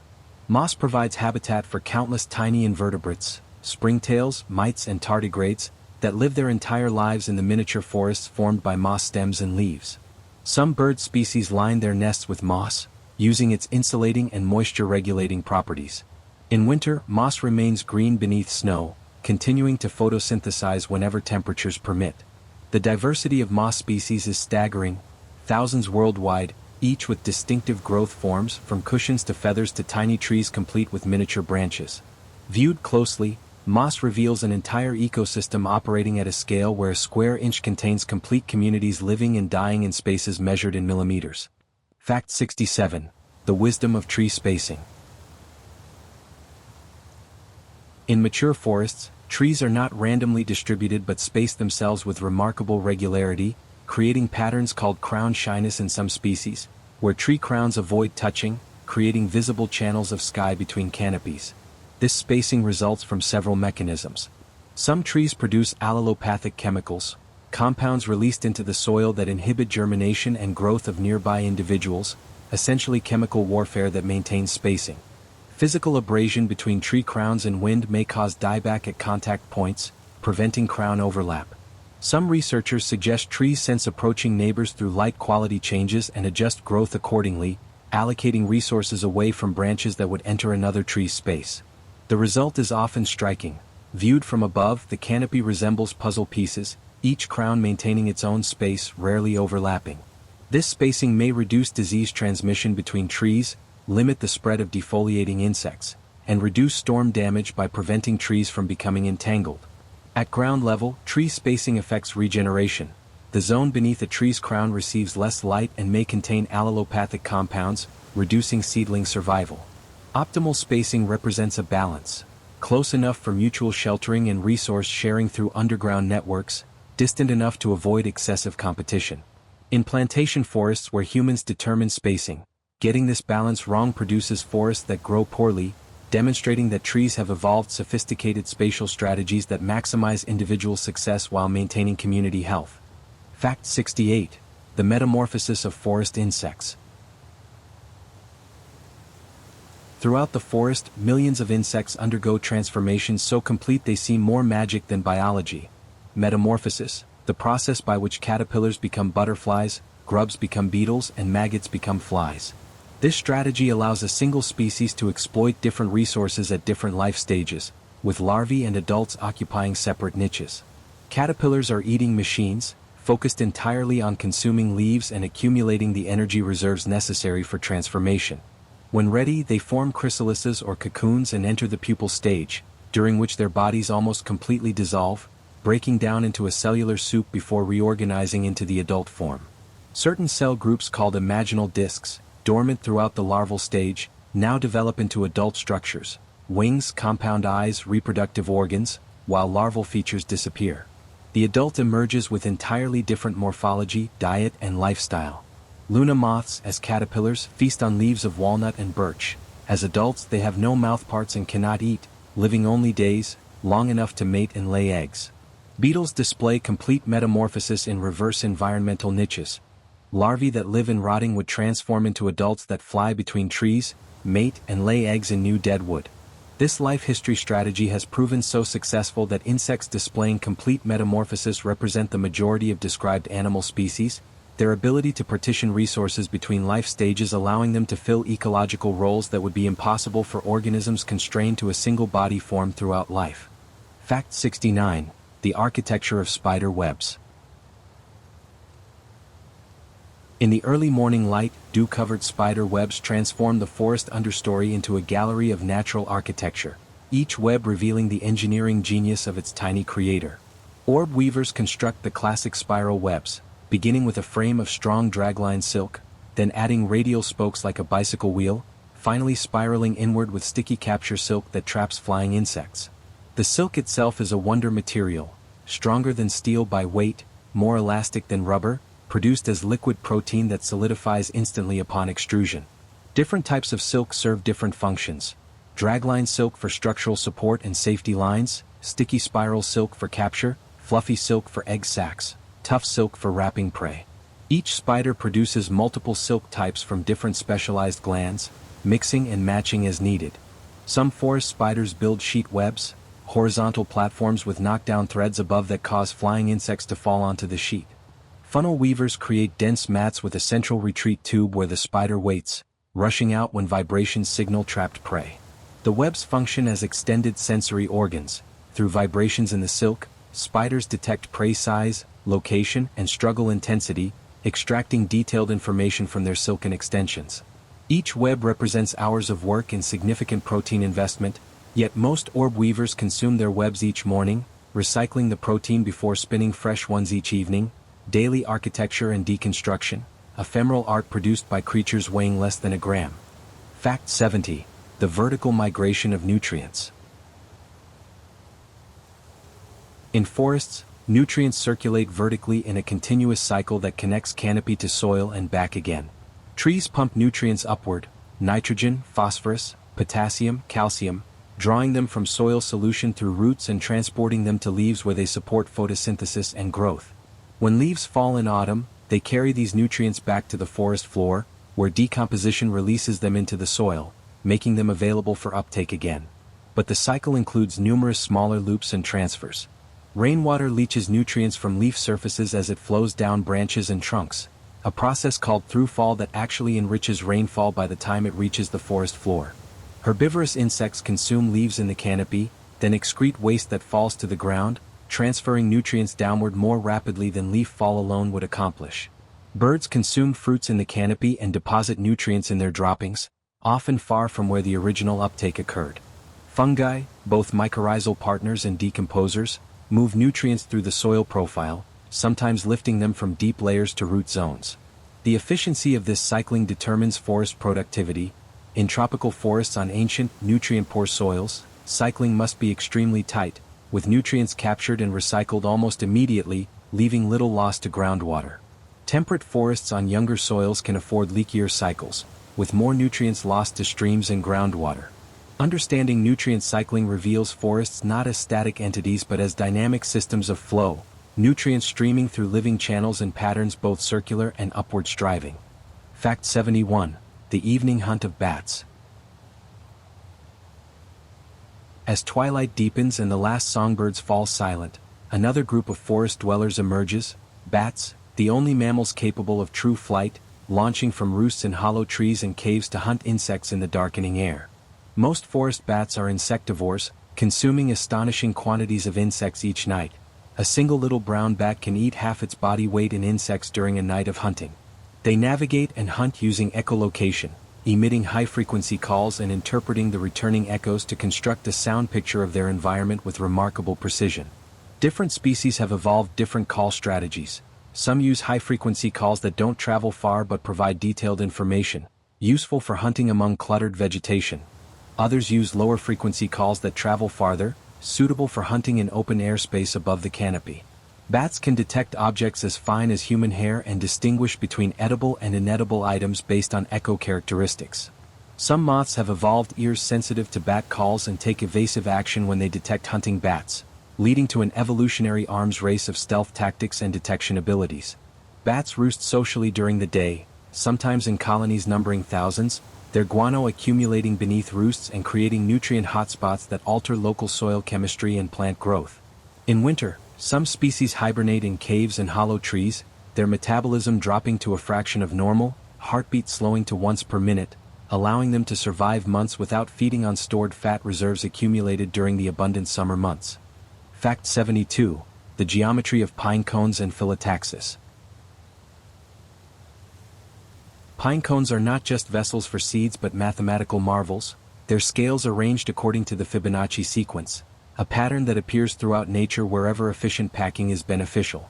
Looking at a pine cone from the bottom, you can trace spirals of scales running in two directions, typically 8 spirals in one direction and 13 in the other, or 13 and 21, or 21 and 34, each pair consisting of consecutive Fibonacci numbers. This arrangement, called phyllotaxis, represents optimal packing. Each scale positioned to minimize wasted space while maximizing structural strength and providing each seed with access to dispersal when the cone matures and opens. The same pattern appears in the arrangement of leaves on stems, florets in a sunflower head, and scales on a pineapple. The angle between successive scales, approximately 137.5 degrees, called the golden angle, is related to the golden ratio, that number that appears throughout art, architecture, and nature where aesthetically pleasing or optimally efficient proportions occur. The cone scales protect developing seeds through the lengthy maturation period, 2 years or more for many pine species, remaining tightly closed in cool, moist conditions but opening when dry and warm, allowing seeds to disperse when conditions favor their survival. Some cones remain sealed for years or decades, held closed by resin, opening only after fire melts the seal and clears the ground, demonstrating how even seed release timing can be controlled by elegant architecture responding to environmental cues with no consciousness required, only the refined design's evolution has produced through countless iterations. Fact 73, the hidden abundance of soil fungi. While mushrooms grab attention as the visible manifestations of fungi, the real fungal kingdom exists underground in forms invisible to casual observation. The mycelium, the network of fine filaments that constitutes the main body of most fungi, pervades forest soil in almost incomprehensible abundance. A single cubic inch of healthy forest soil may contain 8 miles of fungal hyphae, fine threads averaging just a few micrometers in diameter, creating a three-dimensional web that penetrates every crevice, wraps around every organic particle, and connects to most plant roots. The combined mass of fungal mycelium in a forest typically exceeds the mass of all tree roots, yet remains largely invisible, working in darkness and silence. These underground networks perform essential functions, decomposing organic matter, forming mycorrhizal partnerships with trees, cycling nutrients, storing carbon, and suppressing certain plant diseases through competition and antibiotic production. Some mycelial networks are vast. The humongous fungus in Oregon's Blue Mountains covers thousands of acres and may weigh hundreds of tons, making it one of Earth's largest organisms. The mycelium communicates chemically, sensing nutrient sources and growing toward them, avoiding toxic compounds, and recognizing its own tissues versus those of competitors. Some research suggests mycelial networks facilitate communication between trees, allowing chemical signals to flow through fungal hyphae from one tree to another, creating an information network underlying forest communities, a biological internet that predates human technology by hundreds of millions of years, operating on principles of cooperation and mutual benefit rather than competition. Fact 74, the ancient practice of coppicing. Certain hardwood trees possess a remarkable ability. When cut near ground level, they respond by sprouting multiple new stems from the stump, transforming from single-trunk trees into multi-stem stools. This response, called coppicing, was recognized and exploited by humans for millennia, creating woodland management systems that sustain communities for centuries while maintaining forest ecosystems. Hazel, ash, oak, and chestnut are particularly responsive to coppicing, producing straight poles suitable for construction, fencing, and crafts. When systematically managed, a woodland would be divided into sections, with one section cut each year on a rotation of 7 to 20 years, depending on intended use. The stools could persist for centuries. Some coppice trees in England are over 1,000 years old, their massive root systems repeatedly sprouting new growth despite the above-ground portions being harvested many times. Coppice woodlands support unique biodiversity. The cyclical cutting creates a patchwork of different aged sections, from recently cut areas flooded with light where wildflowers flourish, to maturing poles providing dense cover.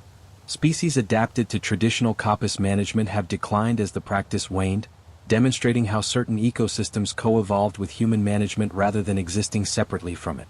The practice also demonstrates trees' resilience, their capacity to survive what seems like lethal damage, drawing on stored resources to begin again, reminding us that death of above-ground portions does not equal death of the organism, whose true body extends deep into the earth where damage cannot reach.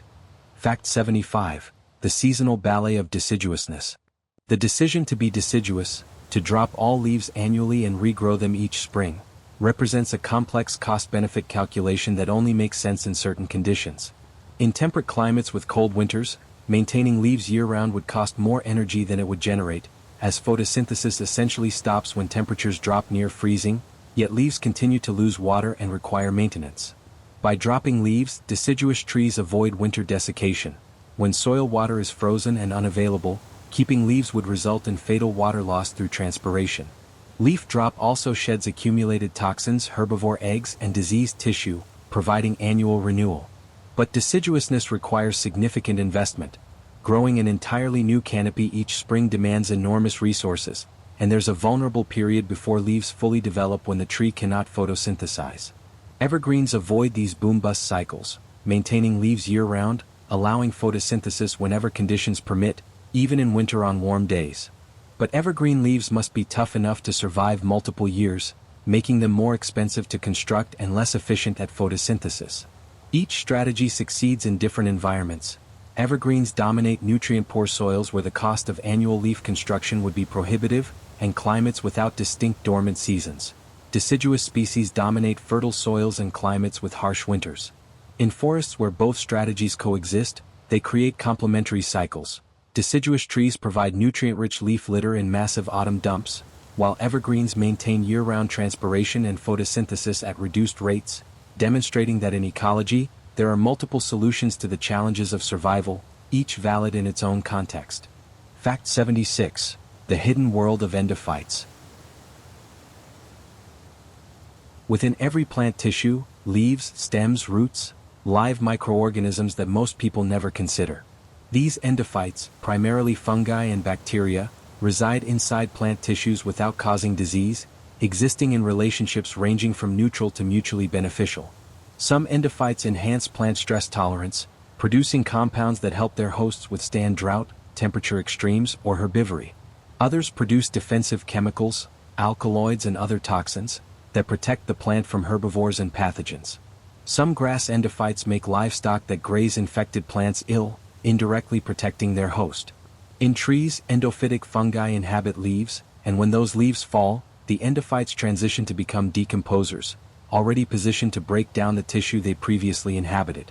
Research suggests endophytes may facilitate nutrient cycling, produce growth hormones that benefit their hosts, and communicate chemically with other endophytes and with the host plant's immune system.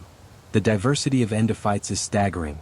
A single plant may harbor dozens to hundreds of species, each occupying slightly different niches within plant tissues.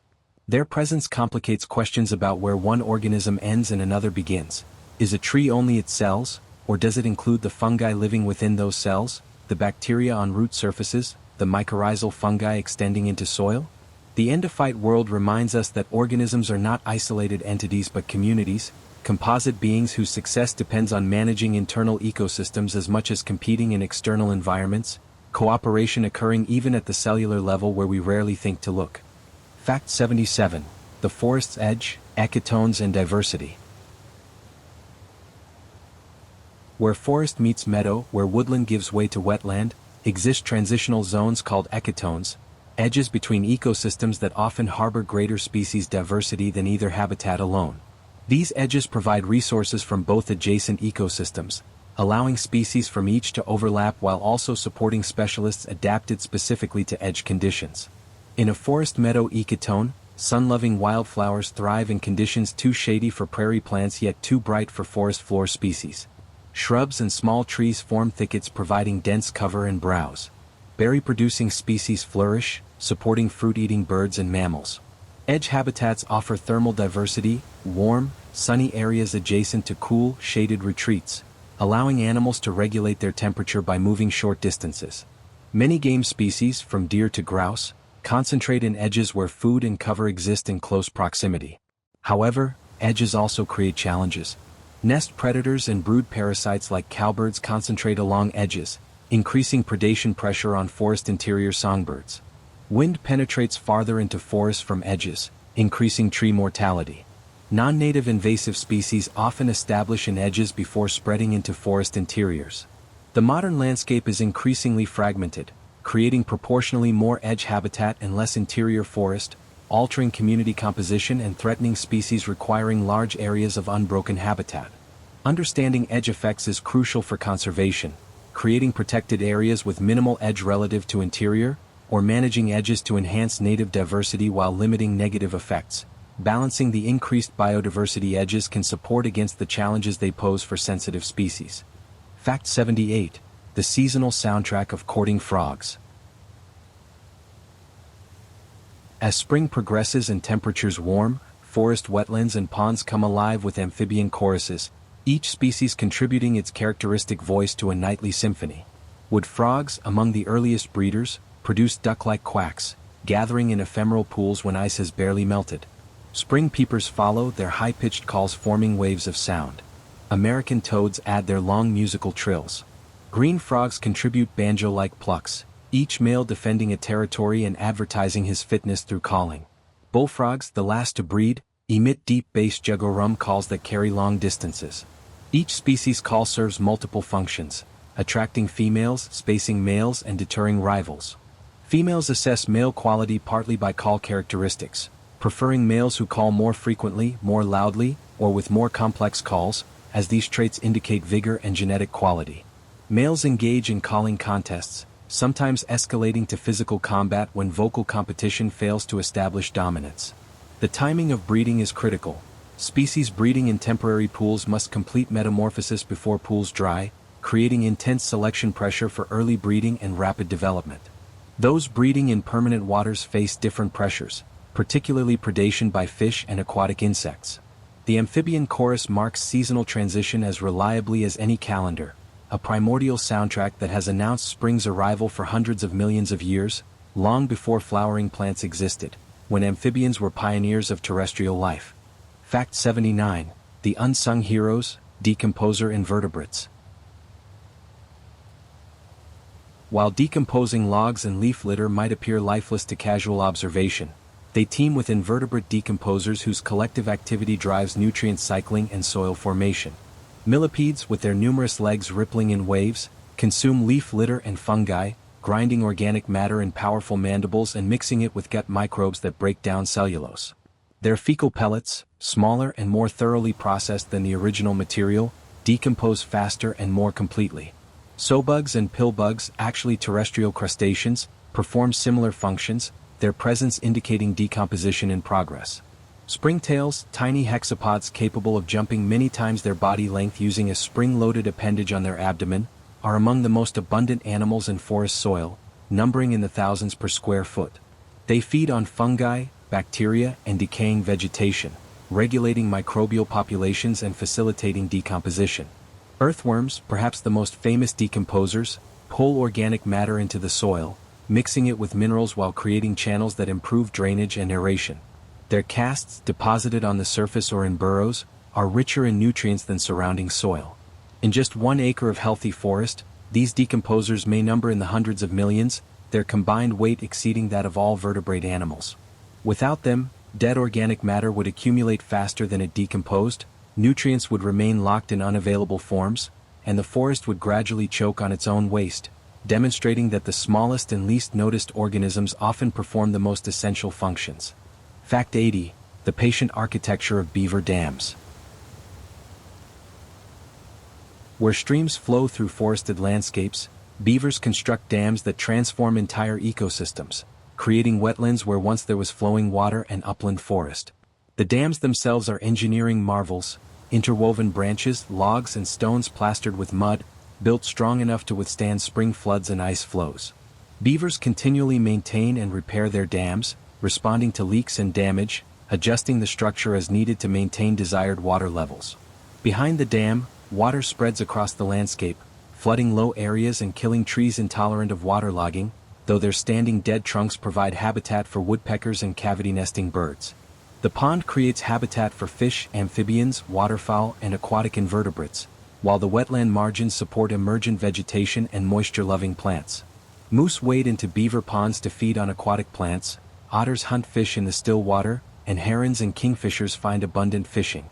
The beaver lodge, built of sticks and mud in the pond center, provides secure shelter with underwater entrances, protecting the family from predators.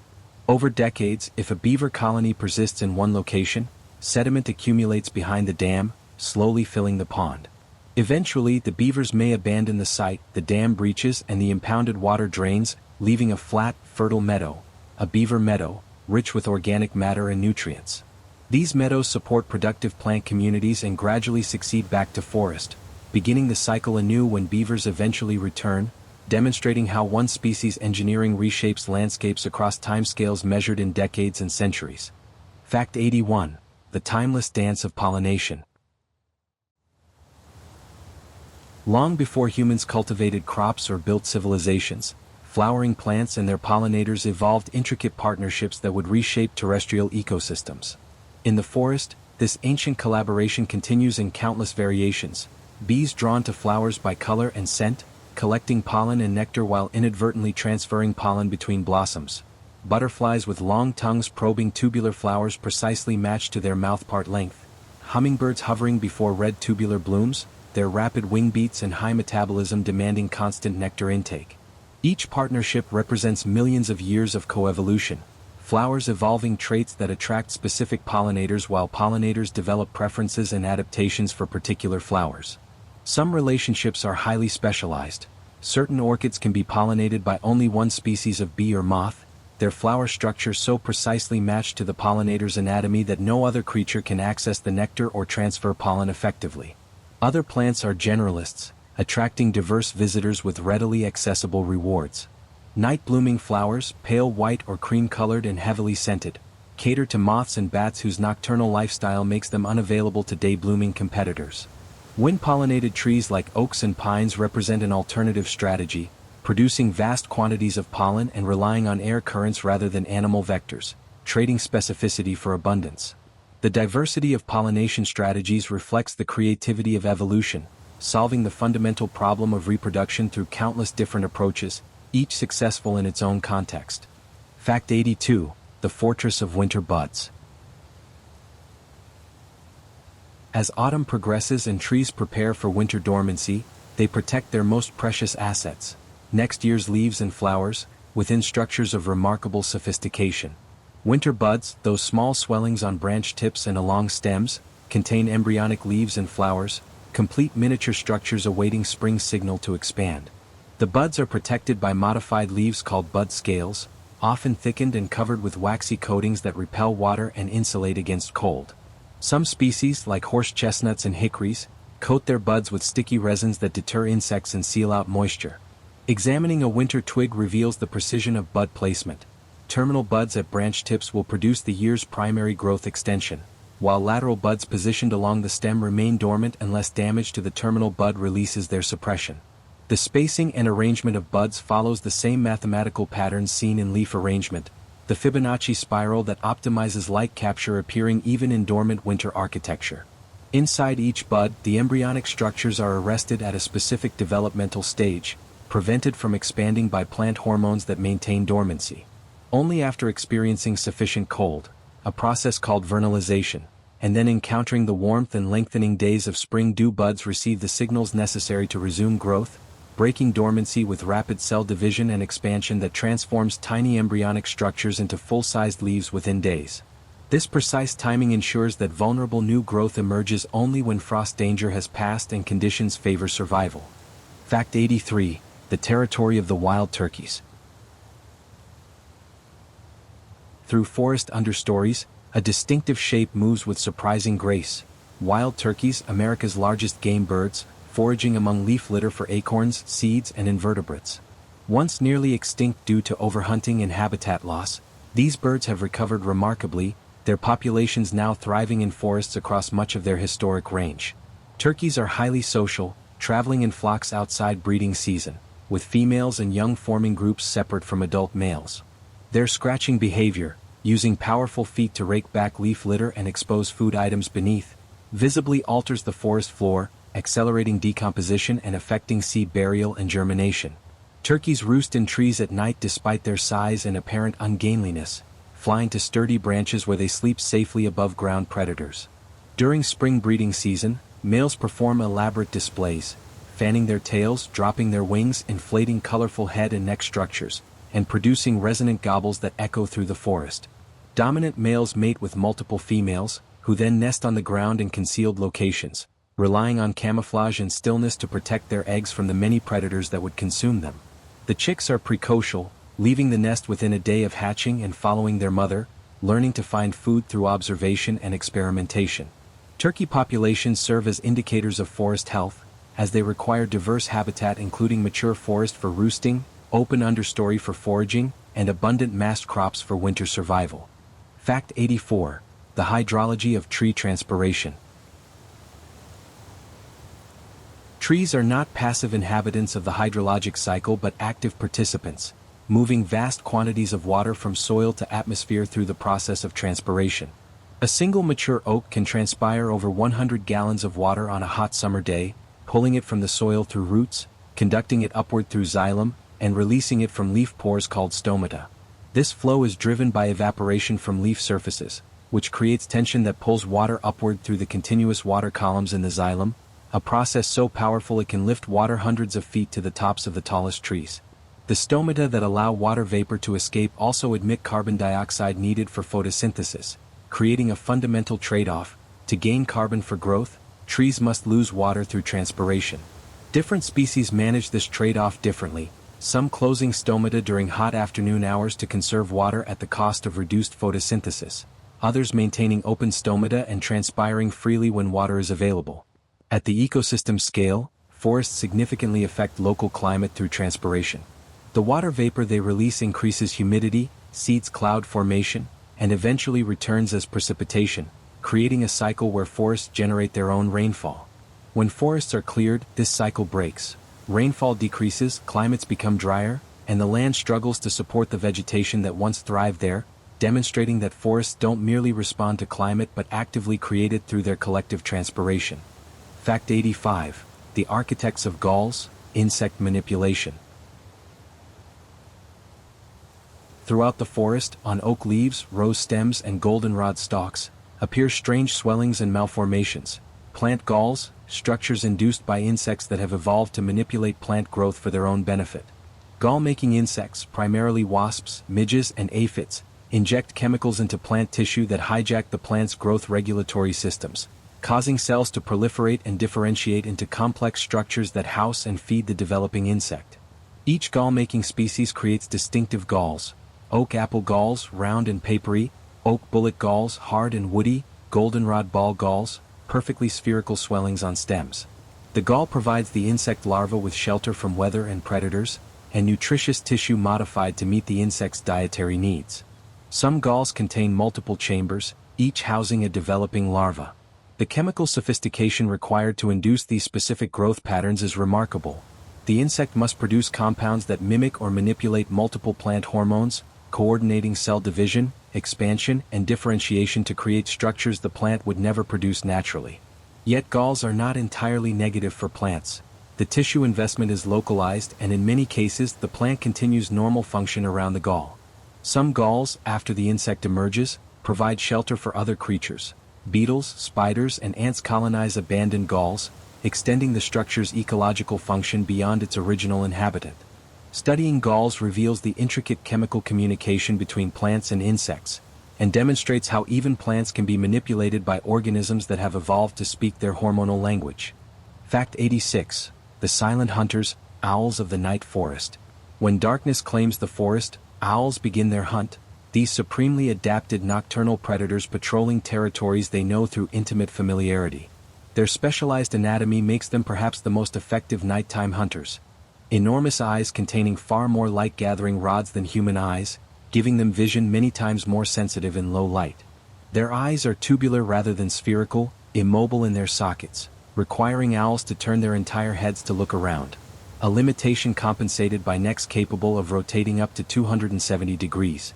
Their hearing is perhaps even more impressive, with facial discs of feathers channeling sound to asymmetrically placed ears that allow precise triangulation of sound sources. The great gray owl can detect and capture voles running beneath 2 feet of snow, navigating by sound alone. Their flight is silent, specialized feather structures with soft fringes and surfaces that disrupt turbulent air flow, preventing the whoosh that marks other birds' wing beats. This silence allows approach without alerting prey and also prevents the owl's own flight noise from interfering with its hearing. Different owl species partition the forest vertically. Screech owls hunt in understory, barred owls in midstory, and great horned owls from upper canopy, reducing competition. Their calls serve territorial and pair bonding functions, the haunting hoots echoing through night forests, providing atmosphere and serving as sonic markers of territory boundaries that rival males learn to respect, avoiding the costly battles that territorial violations would provoke. Fact 87. The legacy of Ice Age refugia. The distribution of tree species across modern forests reflects not just current conditions but historical events stretching back thousands of years to the last ice age. As glaciers advanced, forests retreated to refugia. Small areas where climatic conditions remained suitable, isolated pockets where species survived millennia of hostile conditions. When ice retreated, trees expanded from these refugia at different rates, their dispersal determined by seed weight, dispersal mechanisms and temperature tolerances. Some species, like spruce, recolonized quickly, their wind-dispersed seeds traveling long distances. Others, like oak and hickory with heavy seeds depending on animal dispersal, advanced more slowly, creating a wave of forest types moving northward at different speeds. In some areas, species have not yet reoccupied their potential range. Habitats exist that could support them, but they haven't arrived yet, still slowly advancing from refugia at rates measured in miles per century. Genetic studies reveal this history. Populations show reduced genetic diversity in recently recolonized areas compared to refugial populations, reflecting the bottleneck of survival through ice ages. Some rare plants still occupy only their glacial refugia, never having expanded despite favorable modern conditions, their narrow distributions reflecting historical accidents rather than current limitations. Understanding these patterns is crucial for predicting responses to current climate change. Species must once again migrate as suitable climate zones shift, but now they face fragmented landscapes and novel conditions, raising questions about whether natural migration rates can match the pace of change, or whether human-assisted migration might be necessary for some species' survival. Fact 88. The chemistry of autumn fragrance.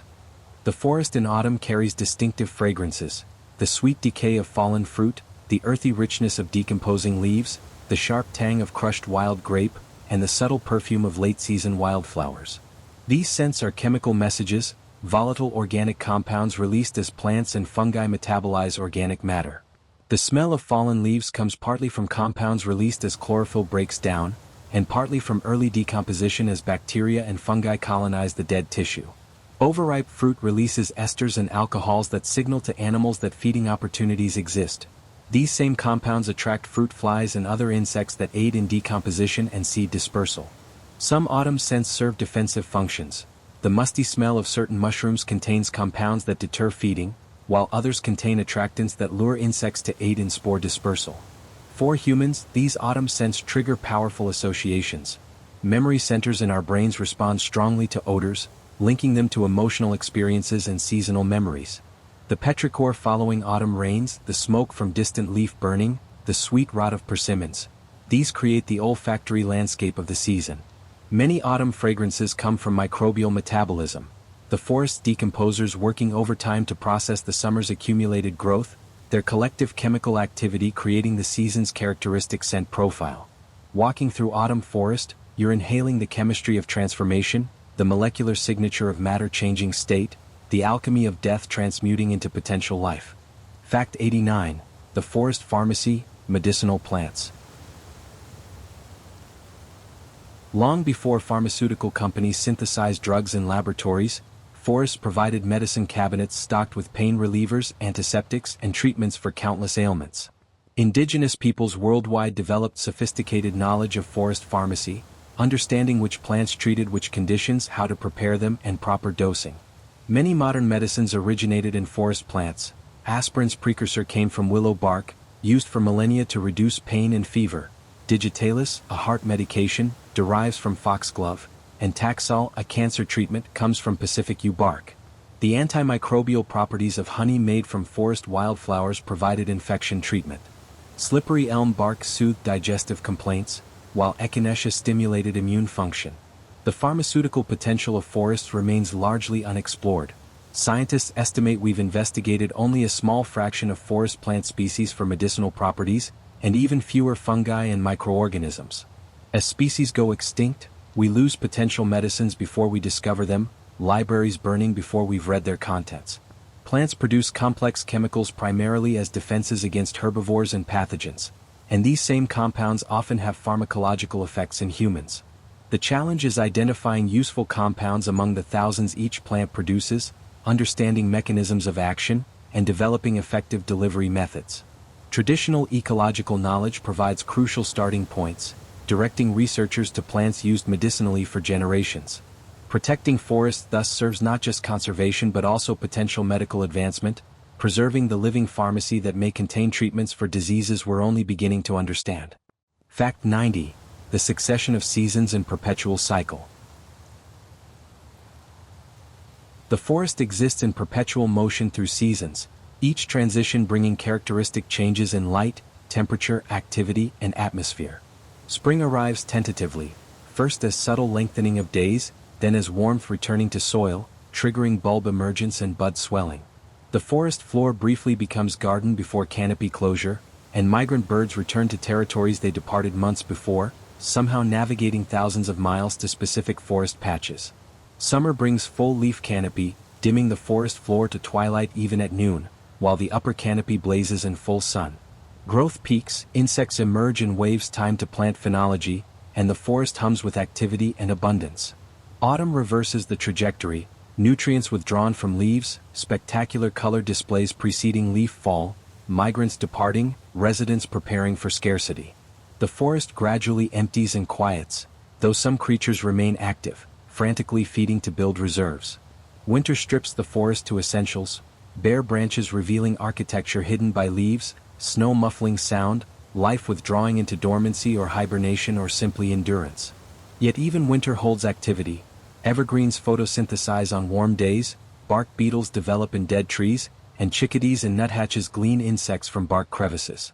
The cycle is ancient, predating humanity, a rhythm that will continue long after we're gone. Each season has its own beauty, its own lessons, its own invitation to attention and presence, reminding us that change is the only constant, that holding on accomplishes nothing, that letting go and beginning again is the pattern that sustains all life. Fact 91. The invisible pathways, animal trails. Through the forest runs a network of pathways visible only to those who know how to look. Game trails, the routes animals follow habitually between feeding areas, water sources, and shelter. These trails may be obvious, deer paths beaten into clear tracks through understory, or subtle, slight depressions in leaf litter, barely perceptible alignment of disturbed vegetation. Animals use trails for efficiency, learning productive routes and following them repeatedly rather than forging new paths through difficult terrain. Trails often follow topographic features, ridgelines where travel is easier, valley bottoms where water is reliable, saddles where ridges can be crossed with minimal elevation change. At trail junctions, animals leave scent marks, scrapes, rubs, and scat, communication posts where individuals check for information about who has passed recently. These junctions become social hubs, places where paths and lives intersect. Some trails are ancient, used by generations of animals following routes established when the forest was young. When forests are fragmented, maintaining connectivity along these traditional pathways becomes crucial. Animals continue using established routes even when surrounding habitat changes, making trail corridors priority conservation targets. Indigenous peoples learn to recognize and use game trails, understanding that animals' choices about movement often reflect optimal routes through complex terrain. Modern trail systems sometimes follow these ancient pathways, hikers unknowingly walking routes established by deer, elk, or bison centuries before. The network of trails represents collective knowledge accumulated over generations, each animal learning from others, refinements and adjustments slowly optimizing the system, invisible infrastructure supporting forest life. Fact 92. The phenomenon of mast failure. In some years, the autumn forest lacks the abundance normally characterizing the season. Oaks produce few acorns, hickories few nuts, maples few seeds. These mast failure years occur when weather during the previous growing season disrupted flower production or when current year conditions prevented pollination or seed development. Late spring frosts can kill emerging flowers, heavy rains during flowering can prevent pollen transfer, and drought can cause developing seeds to abort. For species relying on mast crops, failure years bring hardship. Squirrels and jays that cached seeds from the previous autumn deplete stores earlier than normal. Deer enter winter in poor condition, their fat reserves inadequate for the long fast ahead. Bear populations may experience poor reproduction as females in inadequate condition fail to conceive or reabsorb embryos. Some animals shift to alternative foods, consuming more browse, foraging for fungi, or hunting prey they might otherwise ignore. Others emigrate, seeking areas where mast crops succeeded. The following year often sees reduced populations of seed predators, their numbers adjusted to match available food. This creates the pattern underlying mast years. After mast failure reduces predator populations, the subsequent year's seed crop faces less predation pressure, allowing higher germination success. The boom-bust cycle of mast production and predator populations creates temporal variation in forest dynamics, demonstrating that forests exist in states of flux rather than equilibrium, their patterns emerging from interaction between plants and animals operating on different timescales, creating rhythms that span years or decades rather than following predictable annual cycles. Fact 93. The fortress bark of ancient trees. As trees age, their bark thickens and develops characteristics that distinguish veterans from younger individuals. The bark of ancient oaks becomes deeply furrowed, its rough texture providing crevices where invertebrates shelter and where moisture persists even during dry periods. Ancient white pines develop plated bark, rectangular sections separated by deep fissures, creating patterns that identify age even from a distance. This thick bark serves multiple protective functions, insulating living tissue from temperature extremes, resisting fire penetration, deterring boring insects, and preventing mechanical damage. The ridges and furrows create microhabitats supporting specialized communities of lichens, mosses, spiders, and insects that could not survive on smooth-barked young trees. Some bird species, particularly bark-gleaning insectivores like brown creepers and nuthatches, depend on these rough bark textures, spiraling up trunks and probing crevices for hidden prey. The bark accumulates over centuries, new layers forming annually beneath the surface while outer layers weather and gradually slough away, the tree constantly renewing its protective covering. Ancient bark often bears scars recording the tree's history: fire scars, lightning strikes, wounds from falling branches or rubbing animals. These marks persist for the life of the tree, permanent records written in tissue that continues growing around but never erasing them. To read ancient bark is to read biography, the accumulated story of survival through countless challenges, each scar a chapter, each furrow a year, the whole tree a living document of persistence through time. Fact 94. The harvest moon and forest rhythms. The full moon nearest autumn equinox, the harvest moon, rises shortly after sunset for several consecutive nights, providing extended twilight that historically aided harvest work. In the forest, moonlight affects behavior patterns of many species, particularly those active at night. On bright moonlit nights, owls hunt more successfully, their prey more visible against illuminated backgrounds, but small mammals reduce activity, remaining in burrows where darkness provides safety. Deer increase feeding during moon darkness and rest during bright phases when predator detection is easier. Some insects synchronize reproductive activity with lunar cycles, their emergence or mating flights occurring on specific moon phases. Moths become more active during darker moon phases when their nighttime activities face less predation from visual hunters. The moon's gravitational pull, strongest during full and new moons, affects not just tides but potentially biological rhythms and organisms containing fluid systems. Some trees show slight variations in sap flow corresponding to lunar phases, though these effects are subtle and controversial among researchers. Regardless of direct physical effects, moon phases provide reliable timing cues, predictable signals that organisms can use to coordinate activities. The bright autumn moon illuminates forests in silvered light, transforming familiar daytime landscapes into mystery realms where shadows deepen and perspectives shift. The interplay of moonlight and forest creates atmospheres impossible in full day or complete darkness, a middle realm belonging neither to sun nor to night, a liminal space where boundaries blur and the ordinary becomes strange and new again. Fact 95. The carbon keepers, forests and climate. Forests are crucial carbon repositories, storing carbon in living trees, dead wood, leaf litter, and soil organic matter. Through photosynthesis, trees continuously draw carbon dioxide from the atmosphere, incorporating carbon into their structure. Trunks, branches, roots, and leaves. A single mature tree contains thousands of pounds of carbon, and a forest acre contains many times that amount. Old-growth forests store particularly large quantities of carbon, their massive trees and deep organic soils representing centuries of accumulated growth. When forests are cleared, this stored carbon rapidly returns to the atmosphere through burning or decay, contributing significantly to greenhouse gas concentrations. Conversely, growing forests act as carbon sinks, removing atmospheric carbon dioxide and storing it as wood, making forest protection and restoration important climate mitigation strategies. Different forest types store carbon differently. Tropical rainforests store large amounts in living trees but relatively little in soil, while boreal forests store massive amounts in deep organic soils where cold temperatures slow decomposition.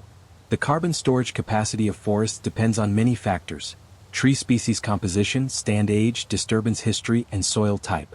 Climate change affects forests' carbon role. Warming may increase growth in some regions while promoting drought, fire, and pest outbreaks in others, potentially converting carbon sinks to carbon sources.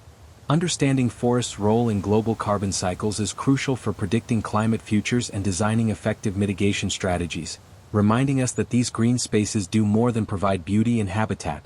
They help regulate the atmospheric composition that makes Earth habitable. Fact 96. The ephemeral art of frost. On certain cold mornings, the forest transforms into a crystalline wonderland as frost coats every surface in delicate ice structures. Hoarfrost forms when water vapor deposits directly onto cold surfaces, skipping the liquid phase entirely, creating feathery crystals that build outward from branches, needles, and grass stems. Each crystal grows according to atmospheric conditions, temperature and humidity determining size, shape, and structure, creating infinite variation within fundamental geometric forms. Rime ice forms when supercooled fog droplets freeze on contact with surfaces, building thick layers of white ice on windward sides of trees, sometimes accumulating such weight that branches break under the load. These ice formations are temporary art installations, lasting only until sun or warming air melts them, their beauty intensified by their ephemeral nature. The frost creates distinctive acoustic effects. Footsteps crunch louder on frost-covered ground, and ice-covered branches collide with brittle, musical sounds unlike the softer rustling of unfrozen vegetation. For plants, frost signals seasons transition, triggering dormancy mechanisms and cold-hardening responses. For animals, frost's arrival marks change in food availability and necessitates adjustments in behavior and physiology. The first hard frost typically kills above-ground portions of herbaceous plants and remaining insect populations, fundamentally altering the forest's ecology overnight.